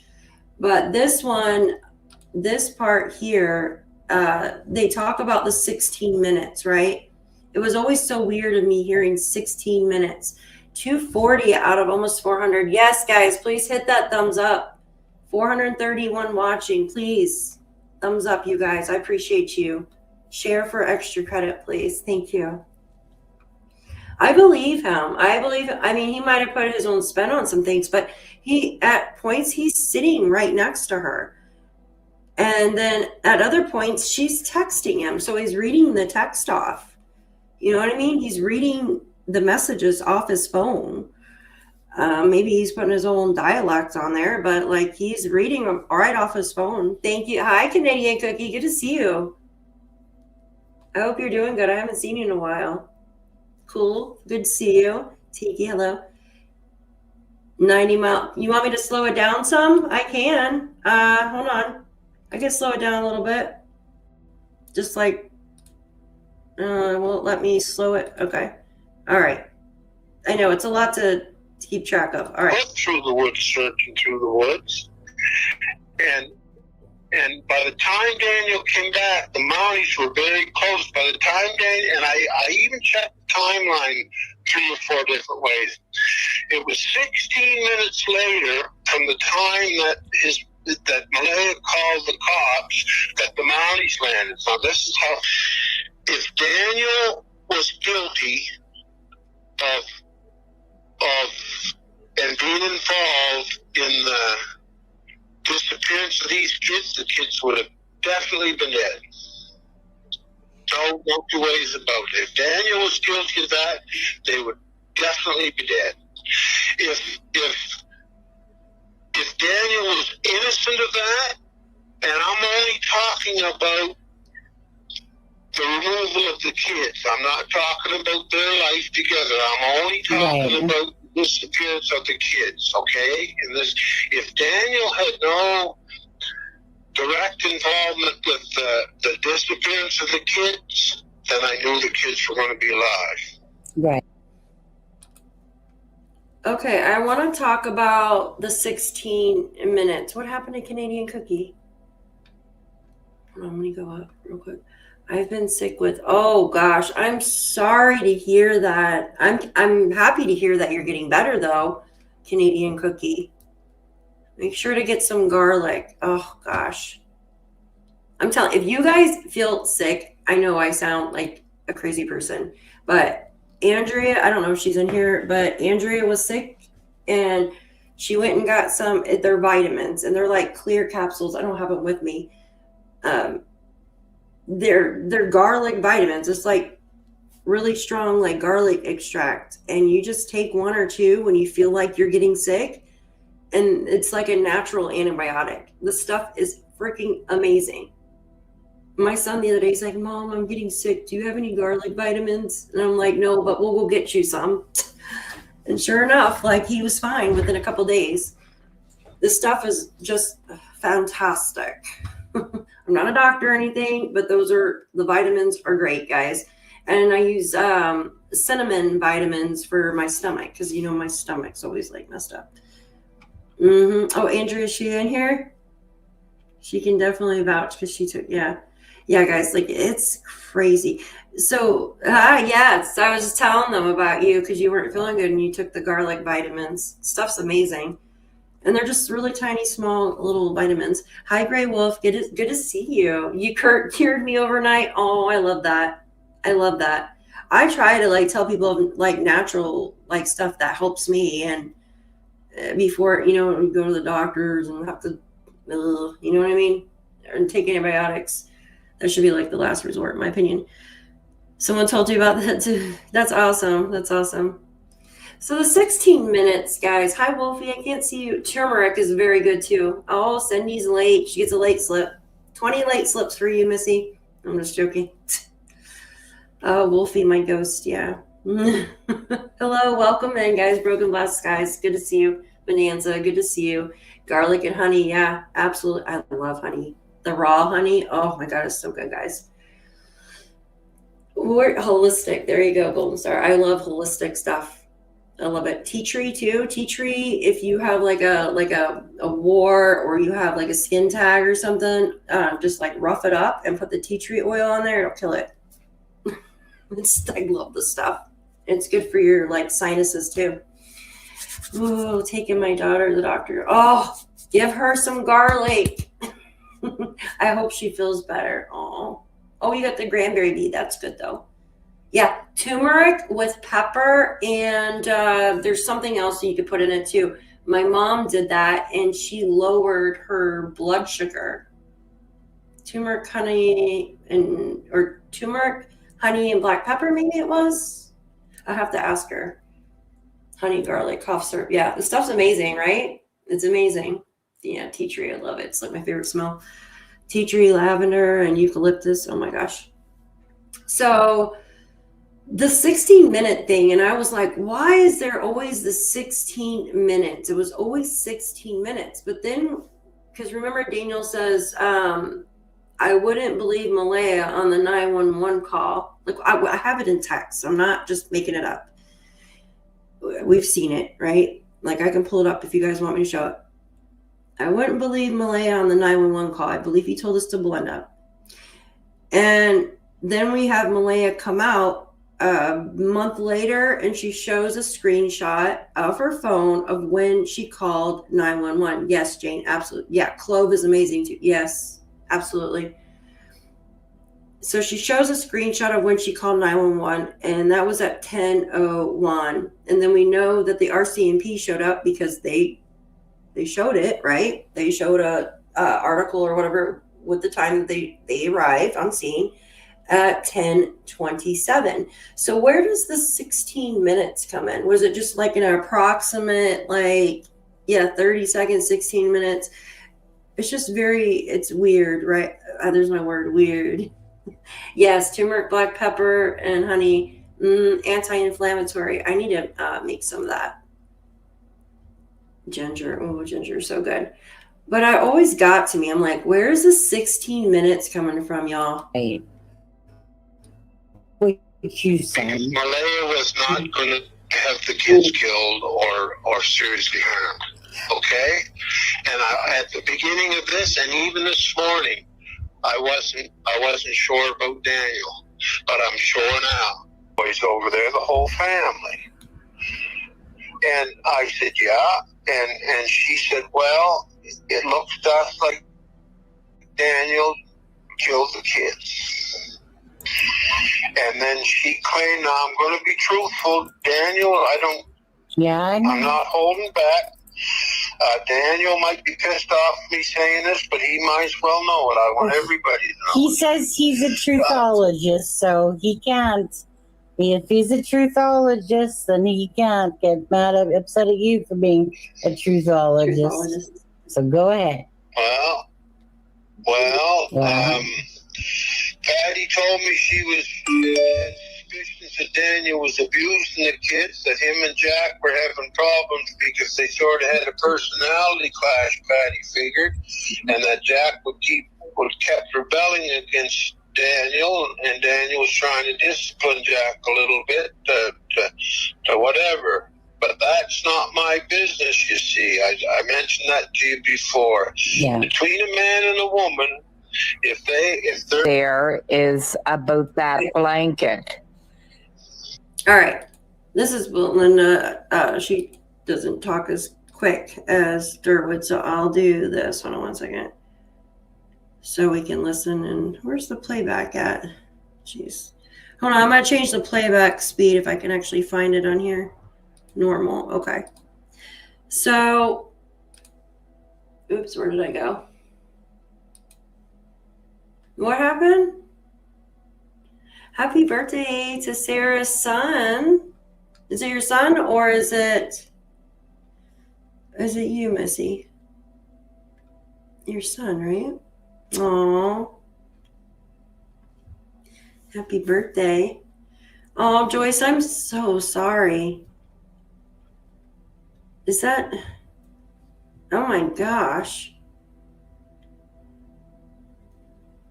Drippy, I do too. I have a bottle of those too. Absolutely. I don't know where I put the bottle.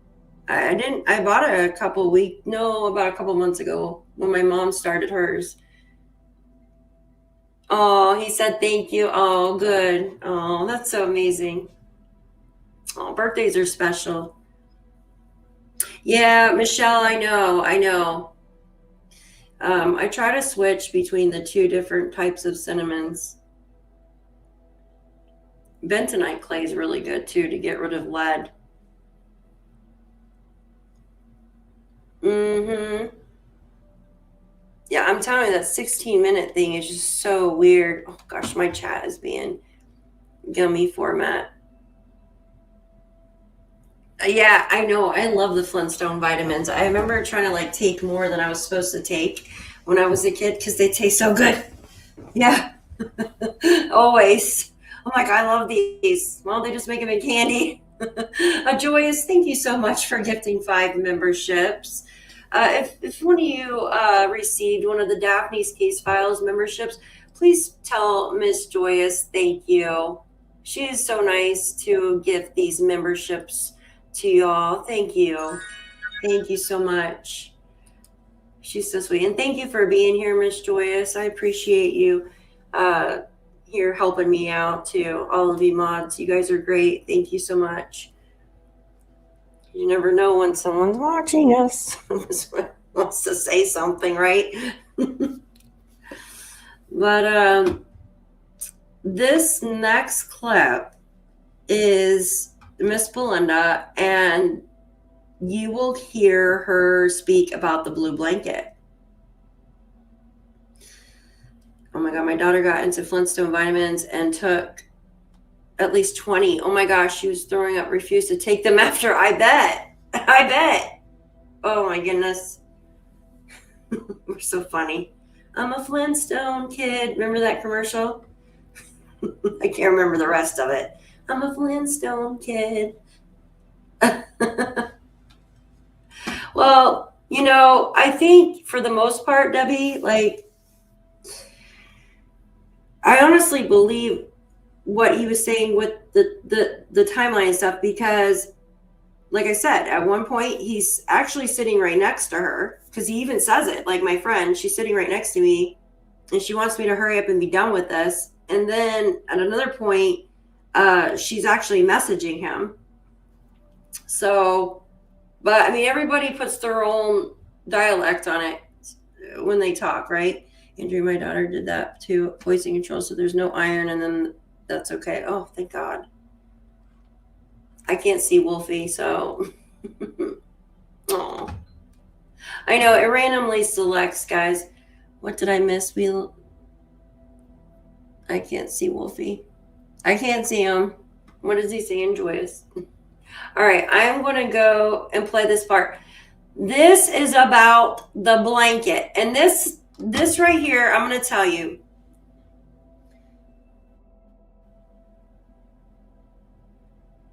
I can't see Hustler either. Where'd she go? I can't see her either. All right, if you guys can't be adults, then go somewhere else, because I'm not going to play with this. I'm trying to do a show. This isn't about drama. Everybody's welcome to be in here, but if you're going to be a Durwood number 2 or 3, then y'all can just go and take a break. It's okay. All right. I'm going to continue with the show. So in this next clip, you hear Belinda talking, right? She mentions a blue blanket. But at this point in time, there was no blue blanket, right? No blue blanket. I don't know why. I don't care. They blocked all the mods. Well, if somebody's arguing, they can block each other. All right, so let's see. Trying to discipline Jack a little bit to whatever. But that's not my business, you see. I mentioned that to you before. Yeah. Between a man and a woman, if they're There is about that blanket. Monday, Daniel was telling me about that blanket. He said her family found a piece of a blanket up in a tree. He said now they never went searching at all. He found it very strange that they found a piece of blanket. Now, I thought he told me the blanket was blue, but I won't swear my life to it because, I mean, my memory's just not the greatest anymore. But he did tell me that it was a blanket that was chucked in the garbage, and he doesn't know if a bear or something tore the garbage bin open, but he said the garbage bin was tore open. Okay. Did you guys all hear that?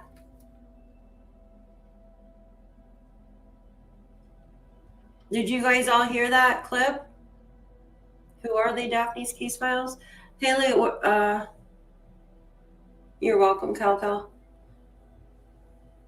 Who are who? I'm so confused. Who's who? I cannot see. Like when Charmaine tells people to wait in the car. Yes, go wait in the car.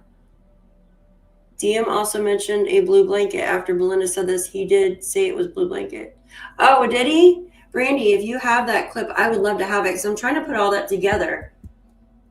I just think there's no coincidence on a stinking blue blanket being found that looked like there's nothing wrong with it. She said it was clean, right? She said it was clean and just had frost on it. If it had been out in the elements for as long as it should have been, like thrown out with the trash or in the trash pile in spring, it would have dirt and stuff on it, right? I mean, that's only common sense with the weather. Right? Yes, I'm going to replay it. Yeah, and that's what I was saying. Why, thank you. If you have that, I would love to see it. I would absolutely love to see that, Brandy, if you have that. Thank you. Thanks, guys. Thank you, guys. No, it wouldn't have been clean. Absolutely, Canadian Cookie. It would not have been clean. All right, here we go again. I think it was blue, but I won't swear my life to it because, I mean, my memory's just not the greatest anymore. But he did. Monday, Daniel was telling me about that blanket. He said her family found a piece of a blanket up in a tree. He said now they never went searching at all. He found it very strange that they found a piece of blanket. Now, I thought he told me the blanket was blue, but I won't swear my life. So she does say, Daphne, I don't know, it was in Sunny's chat, if that helps. Okay, thank you. I'd have to go back through the live chats. Thank you.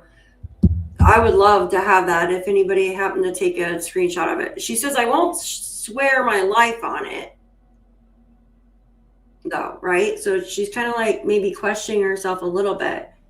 But I just found that to be quite coincidental in nature as now we know the blanket was pink, the one found in the tree. We know, like light pink or whatever, the LOL doll blanket. We know now that it's light pink. It was an LOL doll blanket. And to say blue out of all the colors in the rainbow, right? Out of all the colors in the rainbow, she says blue, even though she's kind of questioning herself. And then all of a sudden, poof, poof, there's a freaking blue blanket that pops out of nowhere. A month ago as of yesterday, actually. Now, am I overthinking things. I don't know. I find a pattern in there somehow. I really do. And if I could find that clip that Brandy was talking about, that would absolutely confirm it for me. That would be wonderful. Maybe I can go back to this actual video here of the clip that I'm showing. Do it because I mean my memory's just not the greatest anymore. Oh, But he did tell me that.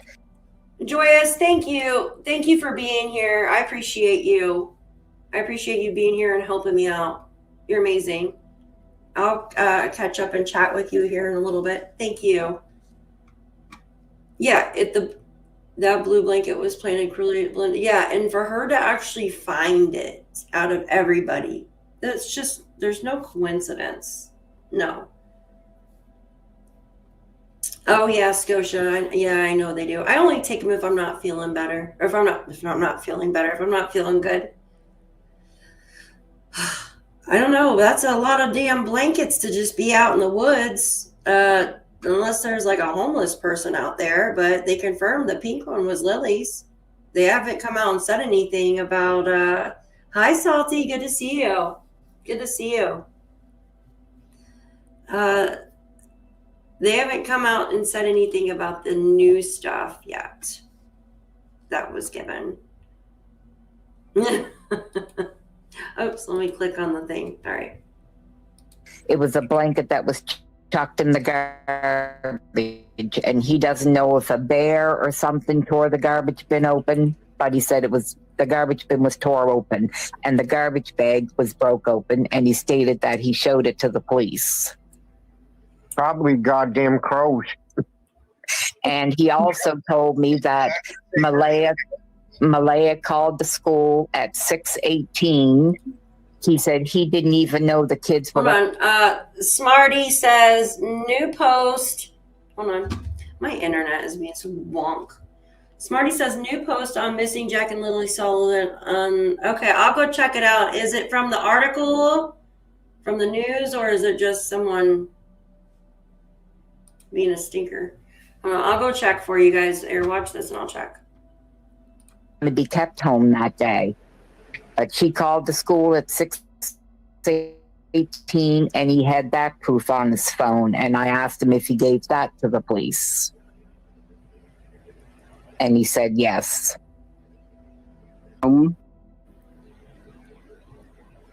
As for the people around her, I know when we come into the driveway, Janie was sitting on some kind of a bench thing or something in the driveway, and I can't remember who the woman was beside her. There was a policewoman standing there, and the policewoman was talking to them. We couldn't. So, oh, thank you, American Justice. You're awesome. Thank you. So, who is she speaking about right now? Who she's speaking about right now is Logan. I'm going to play that again. So remember, she just said there was a woman. Absolutely. Belinda came out and said it. She didn't know at the time, but she knows now that it's Logan. I'm going to play this again. Okay. Start with the phone. Asked him if he gave that to the police. And he said yes. As for the people around her, I know when we come into the driveway, Janie was sitting on some kind of a bench thing or something in the driveway, and I can't remember who the woman was beside her. There was a policewoman standing there, and the policewoman was talking to them. We couldn't make out what she was saying until we got up closer. And Janie was really crying a lot. And this woman was saying to her, "It's okay, Mom. They're not blaming you. They just want to look in your trailer. They're not blaming you. They just need to make sure that there's nothing in the trailer." And she went on to say that there was nothing in the trailer. She didn't want them around her dog. And the policewoman told her that she was impeding an investigation and she would have to get a search warrant And then I thought, well, we'll just continue on into the trailer. That was the only thing I found just a little strange, that I was wondering what that was all about. Female officer that was there, and they're saying that Janie refused to let her search her trailer. Oh my gosh. I'm not even gonna go there. I'm not even gonna go there, you guys. You guys can go over there and see. I'm not gonna go there and get into that. Oh my god. I'm not even gonna get into that. Holy crap, guys. Okay. So we know now that the woman that was sitting next to Janie saying it's okay, Mom, was no, I'm good right now. I try to stay away. I'm okay right now.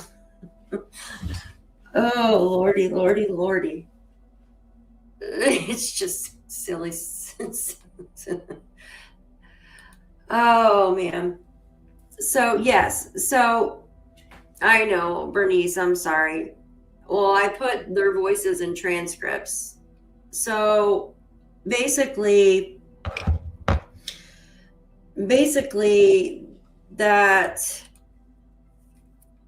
she was talking about a woman. That woman ended up being Logan, saying it's okay, Mom. Now, this part that I'm about to show you, they're talking about Janie's trailer, right? That she didn't want it because their dog was in there or something. That's bullshit. The officer asked Janie if she could search the trailer, and Janie said, well, if you want to risk getting bit by my dog because he's in there tied up and pissed off, so if you want to go in, go ahead, but if you get bit by the dog, it's your own arse. Well, I do remember when I was there, I don't know who put their arm around her and told her, Mom, they're not blaming you. They just want to search the trailer. And I do remember her saying she didn't want her dog to get hurt. When Janie finally jumped in, I was 90% sure, through a bunch of other stuff, that Daniel never killed those kids. As far as abuse or anything like that, I wasn't getting into that issue either way. It wasn't my business, because the only way that would be my business is if Malaya herself, now Patty suspected abuse, and that's how I got into this. Patty, I went over about 2 weeks, it'll be too long, but let's just put it this way. Yeah. I'm trying to shorten it. It's okay, shorten it. Patty suspected abuse. Patty called me and said, you know Daniel, right? I said, yeah, my young fellow knows him, and he was around our property a few times. She said, what do you think of him? I said, I find Daniel fine young fellow, never been a problem. So that was all right. She said, look, I think I have a problem. And I said, what's that? She said, I think Daniel's abusing Jack. And I said, why would you say that, Patty? What do you think? And she said, because when they visit here, Jack's getting marked up. He's getting some bruises and scratches and stuff. And I said, oh, Jesus. So I said, Patty, well, I said, it's like this. And I think I knew where her conversation was going. I think she was going to ask me to sort of butt in. And I did. At that point, I said, no. I said, as long as Malaya and Daniel are living together as a couple, on your word, Patty, or anybody else's, nobody has the right to interfere in their relationship. I said, but at this, Patty, I said, if Malaya's in trouble. All right, I'm going to stop it there for a second. I don't know, guys. I don't know who posted that or whatever. I want to focus on this. But the thing is,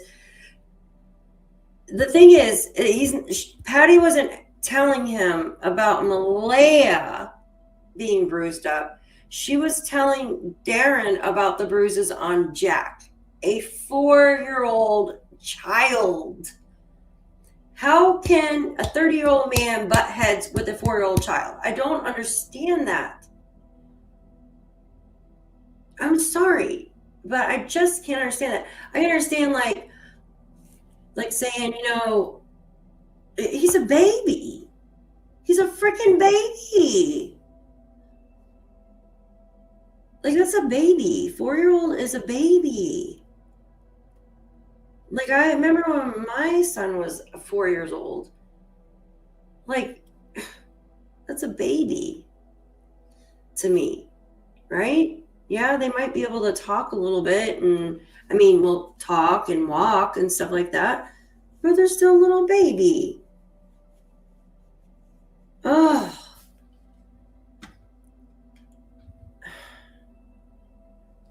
I heard a blue, yeah, I remember I heard a blue or black blanket early on. The police mentioned it. It was found.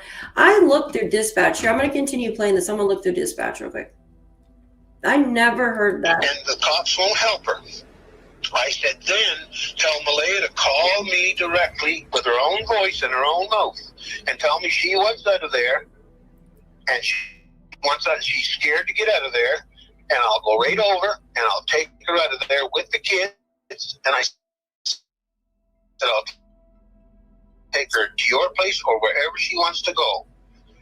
And I have never... But she was talking about Jack. That's the thing. Heard from Malaya since.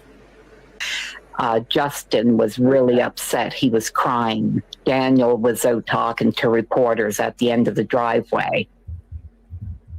And Justin was really, really upset. So right away I was thinking they must have got some kind of bad news. Mm. So when I walked up close, right away Logan said, "Who are you? And what do you want?" Okay. And I just told her, I said, I want to stop it right there for a minute.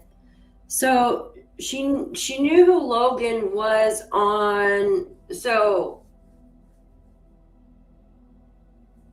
I just thought this was quite strange. That's all. Because I believe she said Justin was crying on Monday. It was Sunday or Monday. One of those days. And this is when she came back and saw the woman sitting next to Janie, but she didn't know who that woman was, but it ended up being Logan. So I was just confused there. Yeah.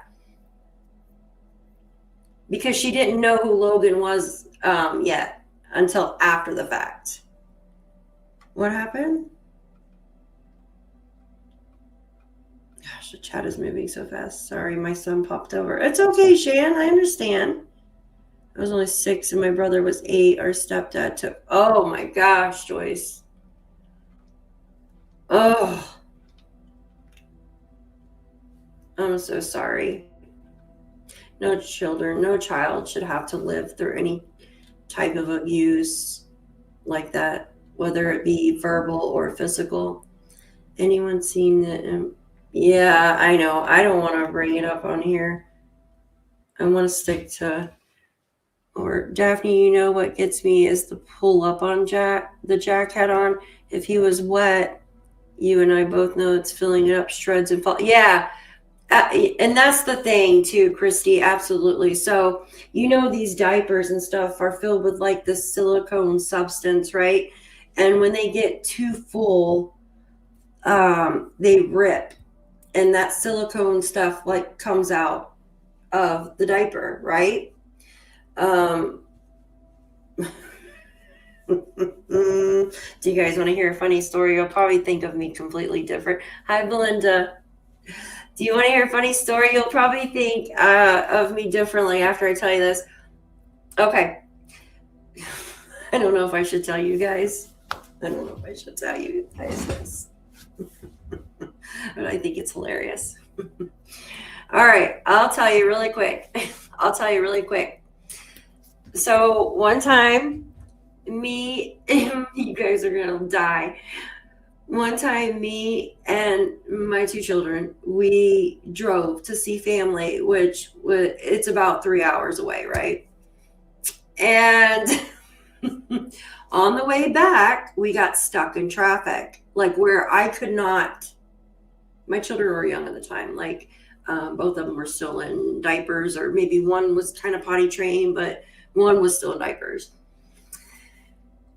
And when we got stuck in traffic, and it was like dark out, or getting dark, and we're on the highway, I couldn't move. There's no way for me to move. And if I did move, there's no way for me to get back on the highway, because there was an accident and traffic was backed up for days. Like, it was so bad, you guys. I had just had like, and hi Diamonds, good to see you. I had just had like a bunch of like Mountain Dew and whatever to try to keep me awake, right? Like I constantly drink like fluids. I always have to have like a water with me, a soda with me. Like right now, look, I've got 2 freaking waters with me, and I thought I had another bottle of something in here. My mouth is always dry. Like I always have to have something.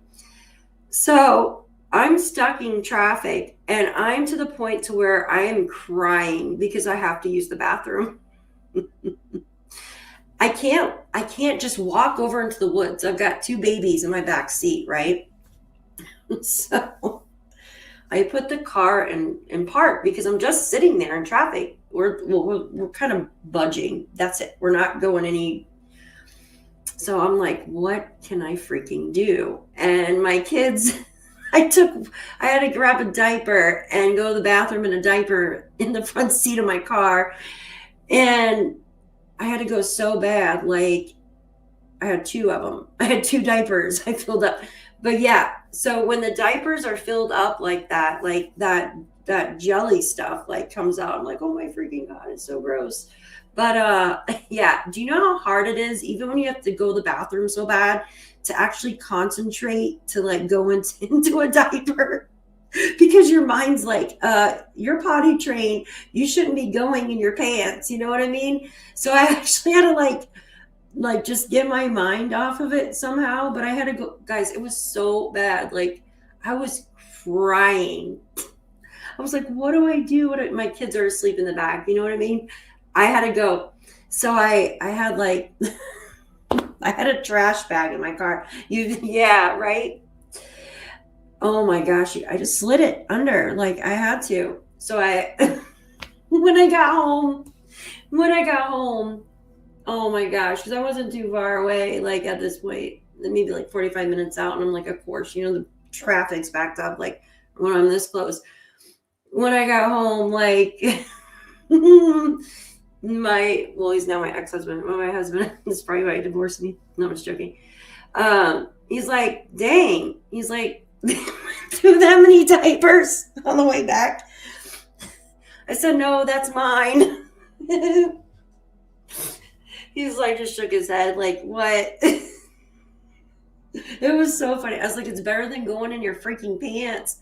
Oh, I know. Imagine if a cop pulled me over. Like, what are you doing, Tacky? You going to pee in your pants? Oh my gosh. It was so crazy. It was so funny. Yeah, it wasn't even an adult diaper, Ashley. It was a baby diaper. I think they were size 4 or something. Stupid. But they were like, thank God they were like Pampers or something. They were a good brand. So they were, they held up. But still, like when they're that full, like from an adult peeing in a baby diaper, like it was like falling apart. Here, hold this. Yeah, let me get my license and registration, sir.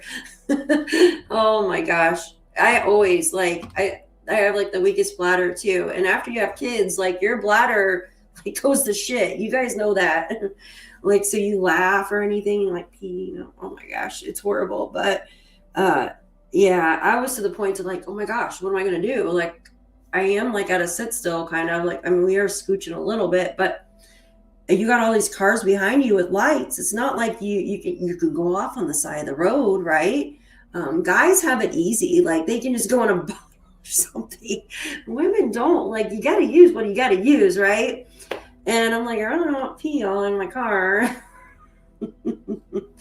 Oh my gosh, it was so crazy. I remember those days. I was in my 20s.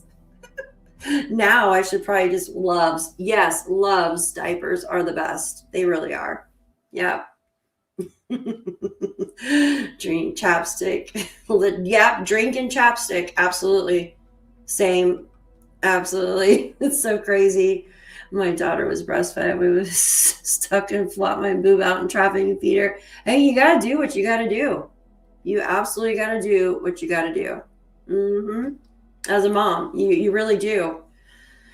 Got to make sacrifices. Don't get most of this. said, I'm the grandmother on the biological father's side. And right away she apologized. She apologized profusely. And then she proceeded to tell me that Malaya left on Saturday. So I know I'm not trying to stir the pot or anything, but just because you were there, looking back, the fact that they hadn't gotten any bad news and they hadn't found anything, was Justin's reaction, looking back, do you think that was appropriate? It struck me as very, very odd. Because I said to my sister afterwards, I mean, I know they were probably somewhat close with the kids because they were there for 2 years. But I said, he seemed really devastated. So it did strike me as just a little off. When Malaya stated about who Jamie was and who Justin was, she said they live in the trailer out back. She used the words they. They, yeah. And my sister and I afterwards thought. Yeah, that's another thing too. Malaya says they. And then we heard that Justin was, Lisa, I'm going to get some of those and put them in my vehicle for future reference. I should probably just carry them in my purse. Yeah, I always thought that was weird too. And then we had the phone call that came in early on another creator show, and not Sunny's, on another creator show. I can't remember. Anyways, but he was saying that Justin lived there, but then the guy kind of retracted his statement and said Janie don't even live there. But when we do know that she lives there, right? Yeah, it's real iffy in there, right? Wow, that's such a small trailer. But then I heard Logan's interview being broadcasted where she was on TikTok, and somebody had asked about Justin, and she said, well, no, he's got his own problems right now, that he's in the middle of a divorce. And then right away, bells went off in my head, and it's like, well, he's in the middle of a divorce. Well, then maybe Malaya was right. He was staying with Jamie at that particular time. But I still don't know. Everybody is saying that, no, he didn't stay there. But I know she said they. And if he's in the middle of a divorce, my mind states, well, him and his wife probably aren't staying in the same house together.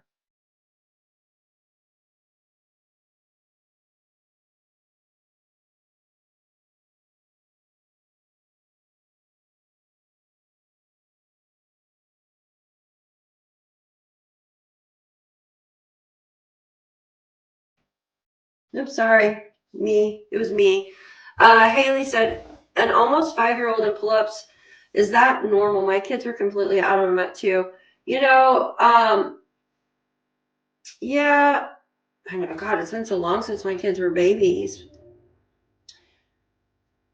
Yeah, I think so. Okay, so when I'm trying to remember back. So my 4. Yeah, like I think the last time that I used pull-ups was maybe like 3 or 4 years old. But think about it though. My aunt, she is a counselor for a daycare. Like actually she just retired. And she says that signs of abuse in children, or not even abuse in children, but like signs of like abuse with the parents, yelling, screaming, stuff like that, could cause a child that has been potty trained to actually start wetting the bed again. So I know when I was a kid, and this is something personal, and I'll share it with you. I had accidents as well. But I was like, I remember bits and pieces still of like my parents fighting. They were always fighting, just lots of fighting and yelling and screaming going on, right?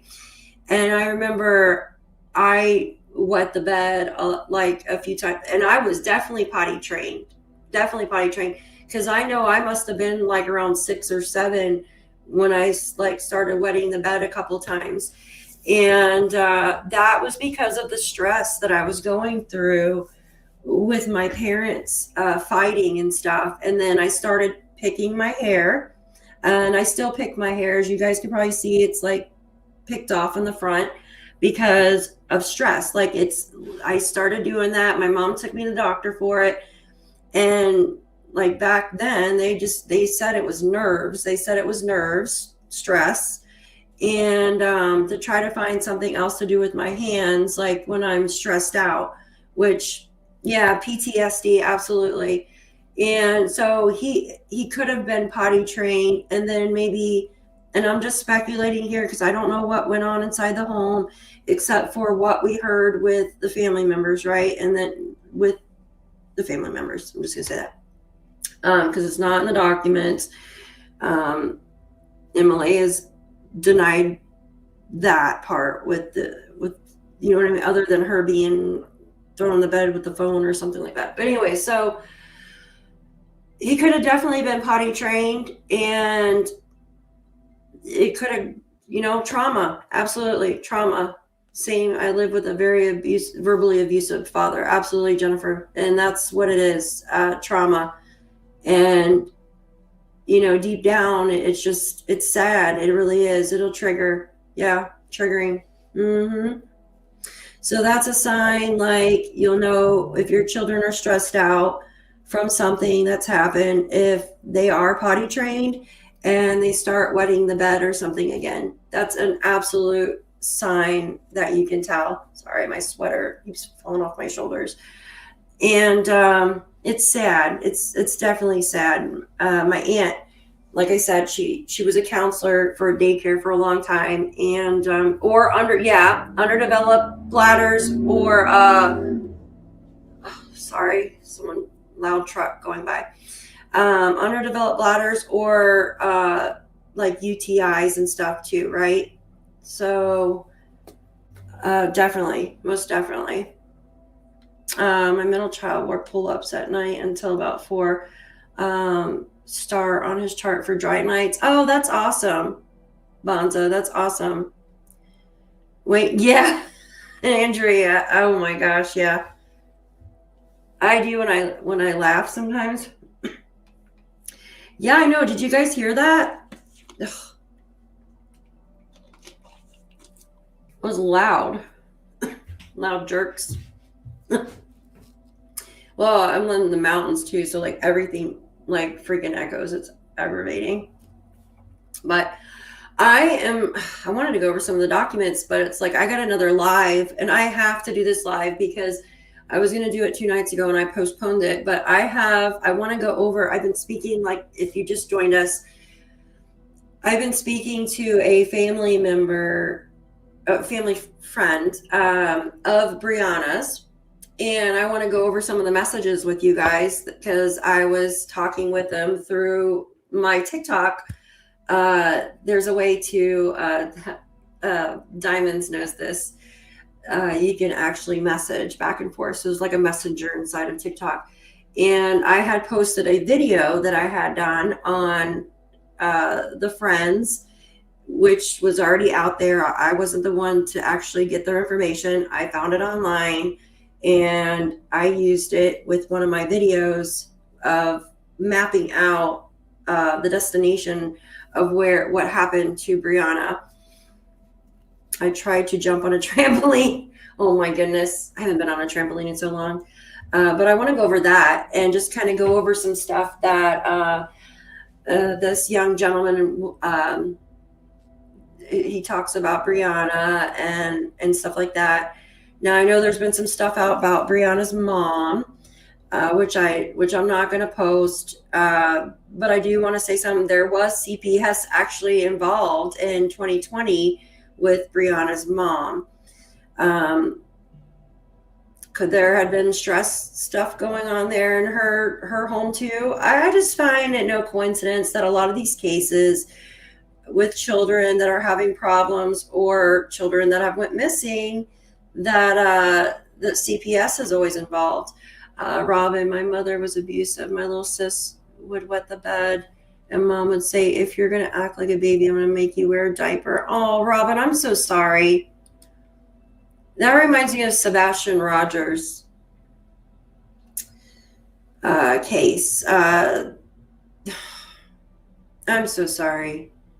How they made him wear a diaper at the house. And I know some people are saying, well, would you rather him wet the bed? Well, there's an issue of why he's wetting the bed. And then the stepdad literally gathered all of Sebastian's underwear and gave them to the bio dad and says, well, he's going to wear diapers at my house. You let him wet at your house. But Sebastian's bio father said he never wet the bed over there. So that tells you that he was having some issues at home with his mom and stepdad, in my opinion. Yeah, diamonds, definitely. I'm getting ready to go live on that in a minute. I might push it for, well, it's 6:50, I think it's scheduled for. Jen, thank you. She says, thank you, Daphne and chat, for being so kind. Thank you, Jennifer, for being here, for being a wonderful mod. And I'm glad there's good news on puppers. Please email me about it, because like my dog too, like she has she had like skin issues and stuff. So like maybe I could help, maybe like with diet or something will help out, because having stomach problems is no fun. I know that for a fact. So, but I appreciate you for being a mod and for being here.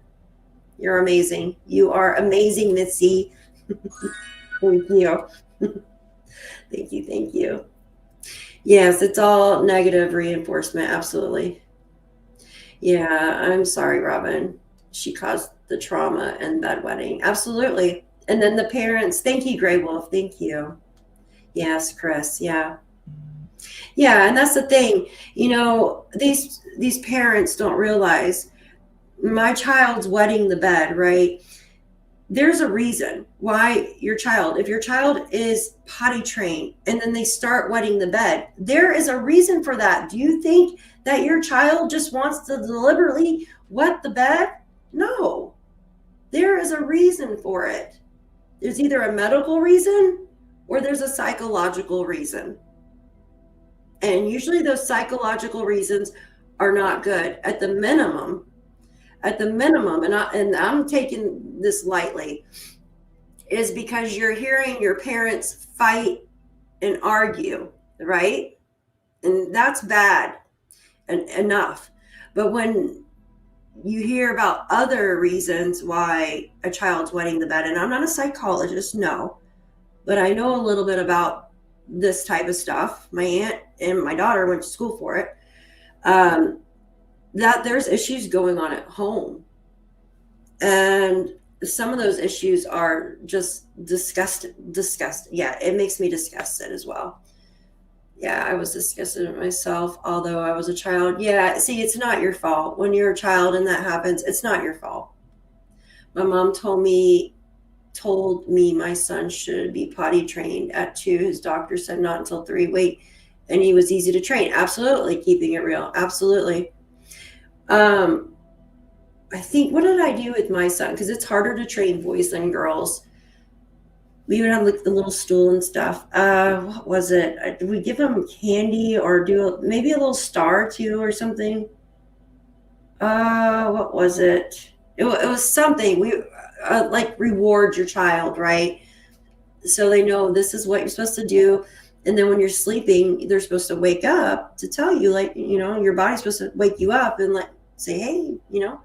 My daughter too, she would sleep so hard sometimes, like she wouldn't wake up. Going to make his food. Okay. Keep me updated, Jen, please.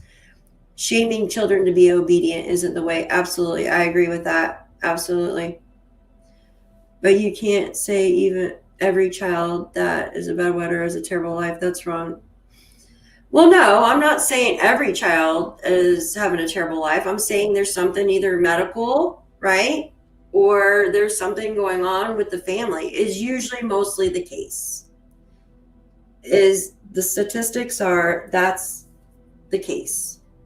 Now, yes, there could be other things going on too, but usually statistically, when a child that has been potty trained and starts wetting the bed, there's something going on there, mentally or physically, emotionally.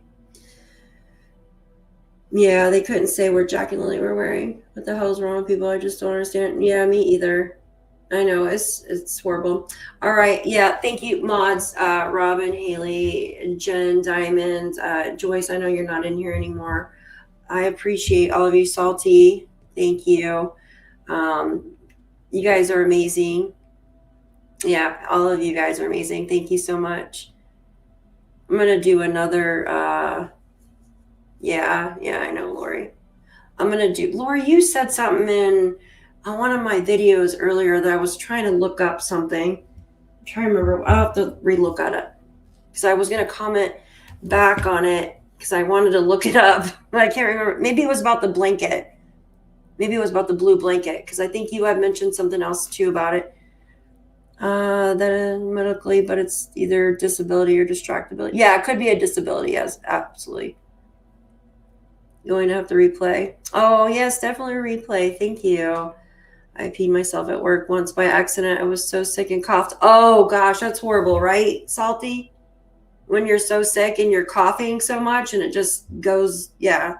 Oh, thank you. Deep diving, but still listening. Yeah. Thank you, Robin. Thank you. American Justice, thank you for being here. Okay, thank you, Jen. Thank you. Oh my gosh, Wolfie, you're so funny. Amazon pee pouches. Definitely, Lisa. Absolutely. I'm gonna get Daphne's gonna get some pee pouches. Thank you, Shan. I'm glad you're here too. My son would wet the bed when he was 6. After I left my husband, he stopped wetting the bed. So I knew it had absolutely it's nerves. Absolutely. It's nerves. Practice your Kegels. I do. Yeah, exactly. Exactly. Oh, yeah. I love you guys. Jane, thank you. Thank you. Yes, absolutely. They can wet the bed because it could be you moved, afraid of monsters, stores. Yeah, moved. Any stress. Yeah, stress. Absolutely, stress. Yeah, Haley, safe travels. Jen, keep me updated on puppers. And I'm going to get off here because 20 minutes, if you guys want to join me with the Brianna case, I would love to have you guys. I would love to have you guys. Yeah, drive safe, dear. All right, I love you guys. Thank you so much. Oh my God, let's keep it real. My dog does it all the time because she eats the cat food. Have a great night, and I will see some of you all in here in about less than 20 minutes if you'd like. Oh, I'm off to work. Oh, well, don't work too hard, Kristen. Yes, about 20 minutes. Thank you. Teaching online tonight. Well, don't work too hard, honey. Thank you all. Thank you, Christine. I will check my phone as soon as I get off. It's about to die, so I got to charge it as well. But I will check it as soon as I get off. All right, guys. Thank you so much. I love each and every one of you. I appreciate you being here, listening to my funny stories about the diaper incident in the car. And I appreciate you all. Thank you, Madagascar. Thank you so much. Have a great night. And I'll see some of you here in about 20 minutes if you'd like. All right. Thank you, Bonza. Good night, y'all. Thank you.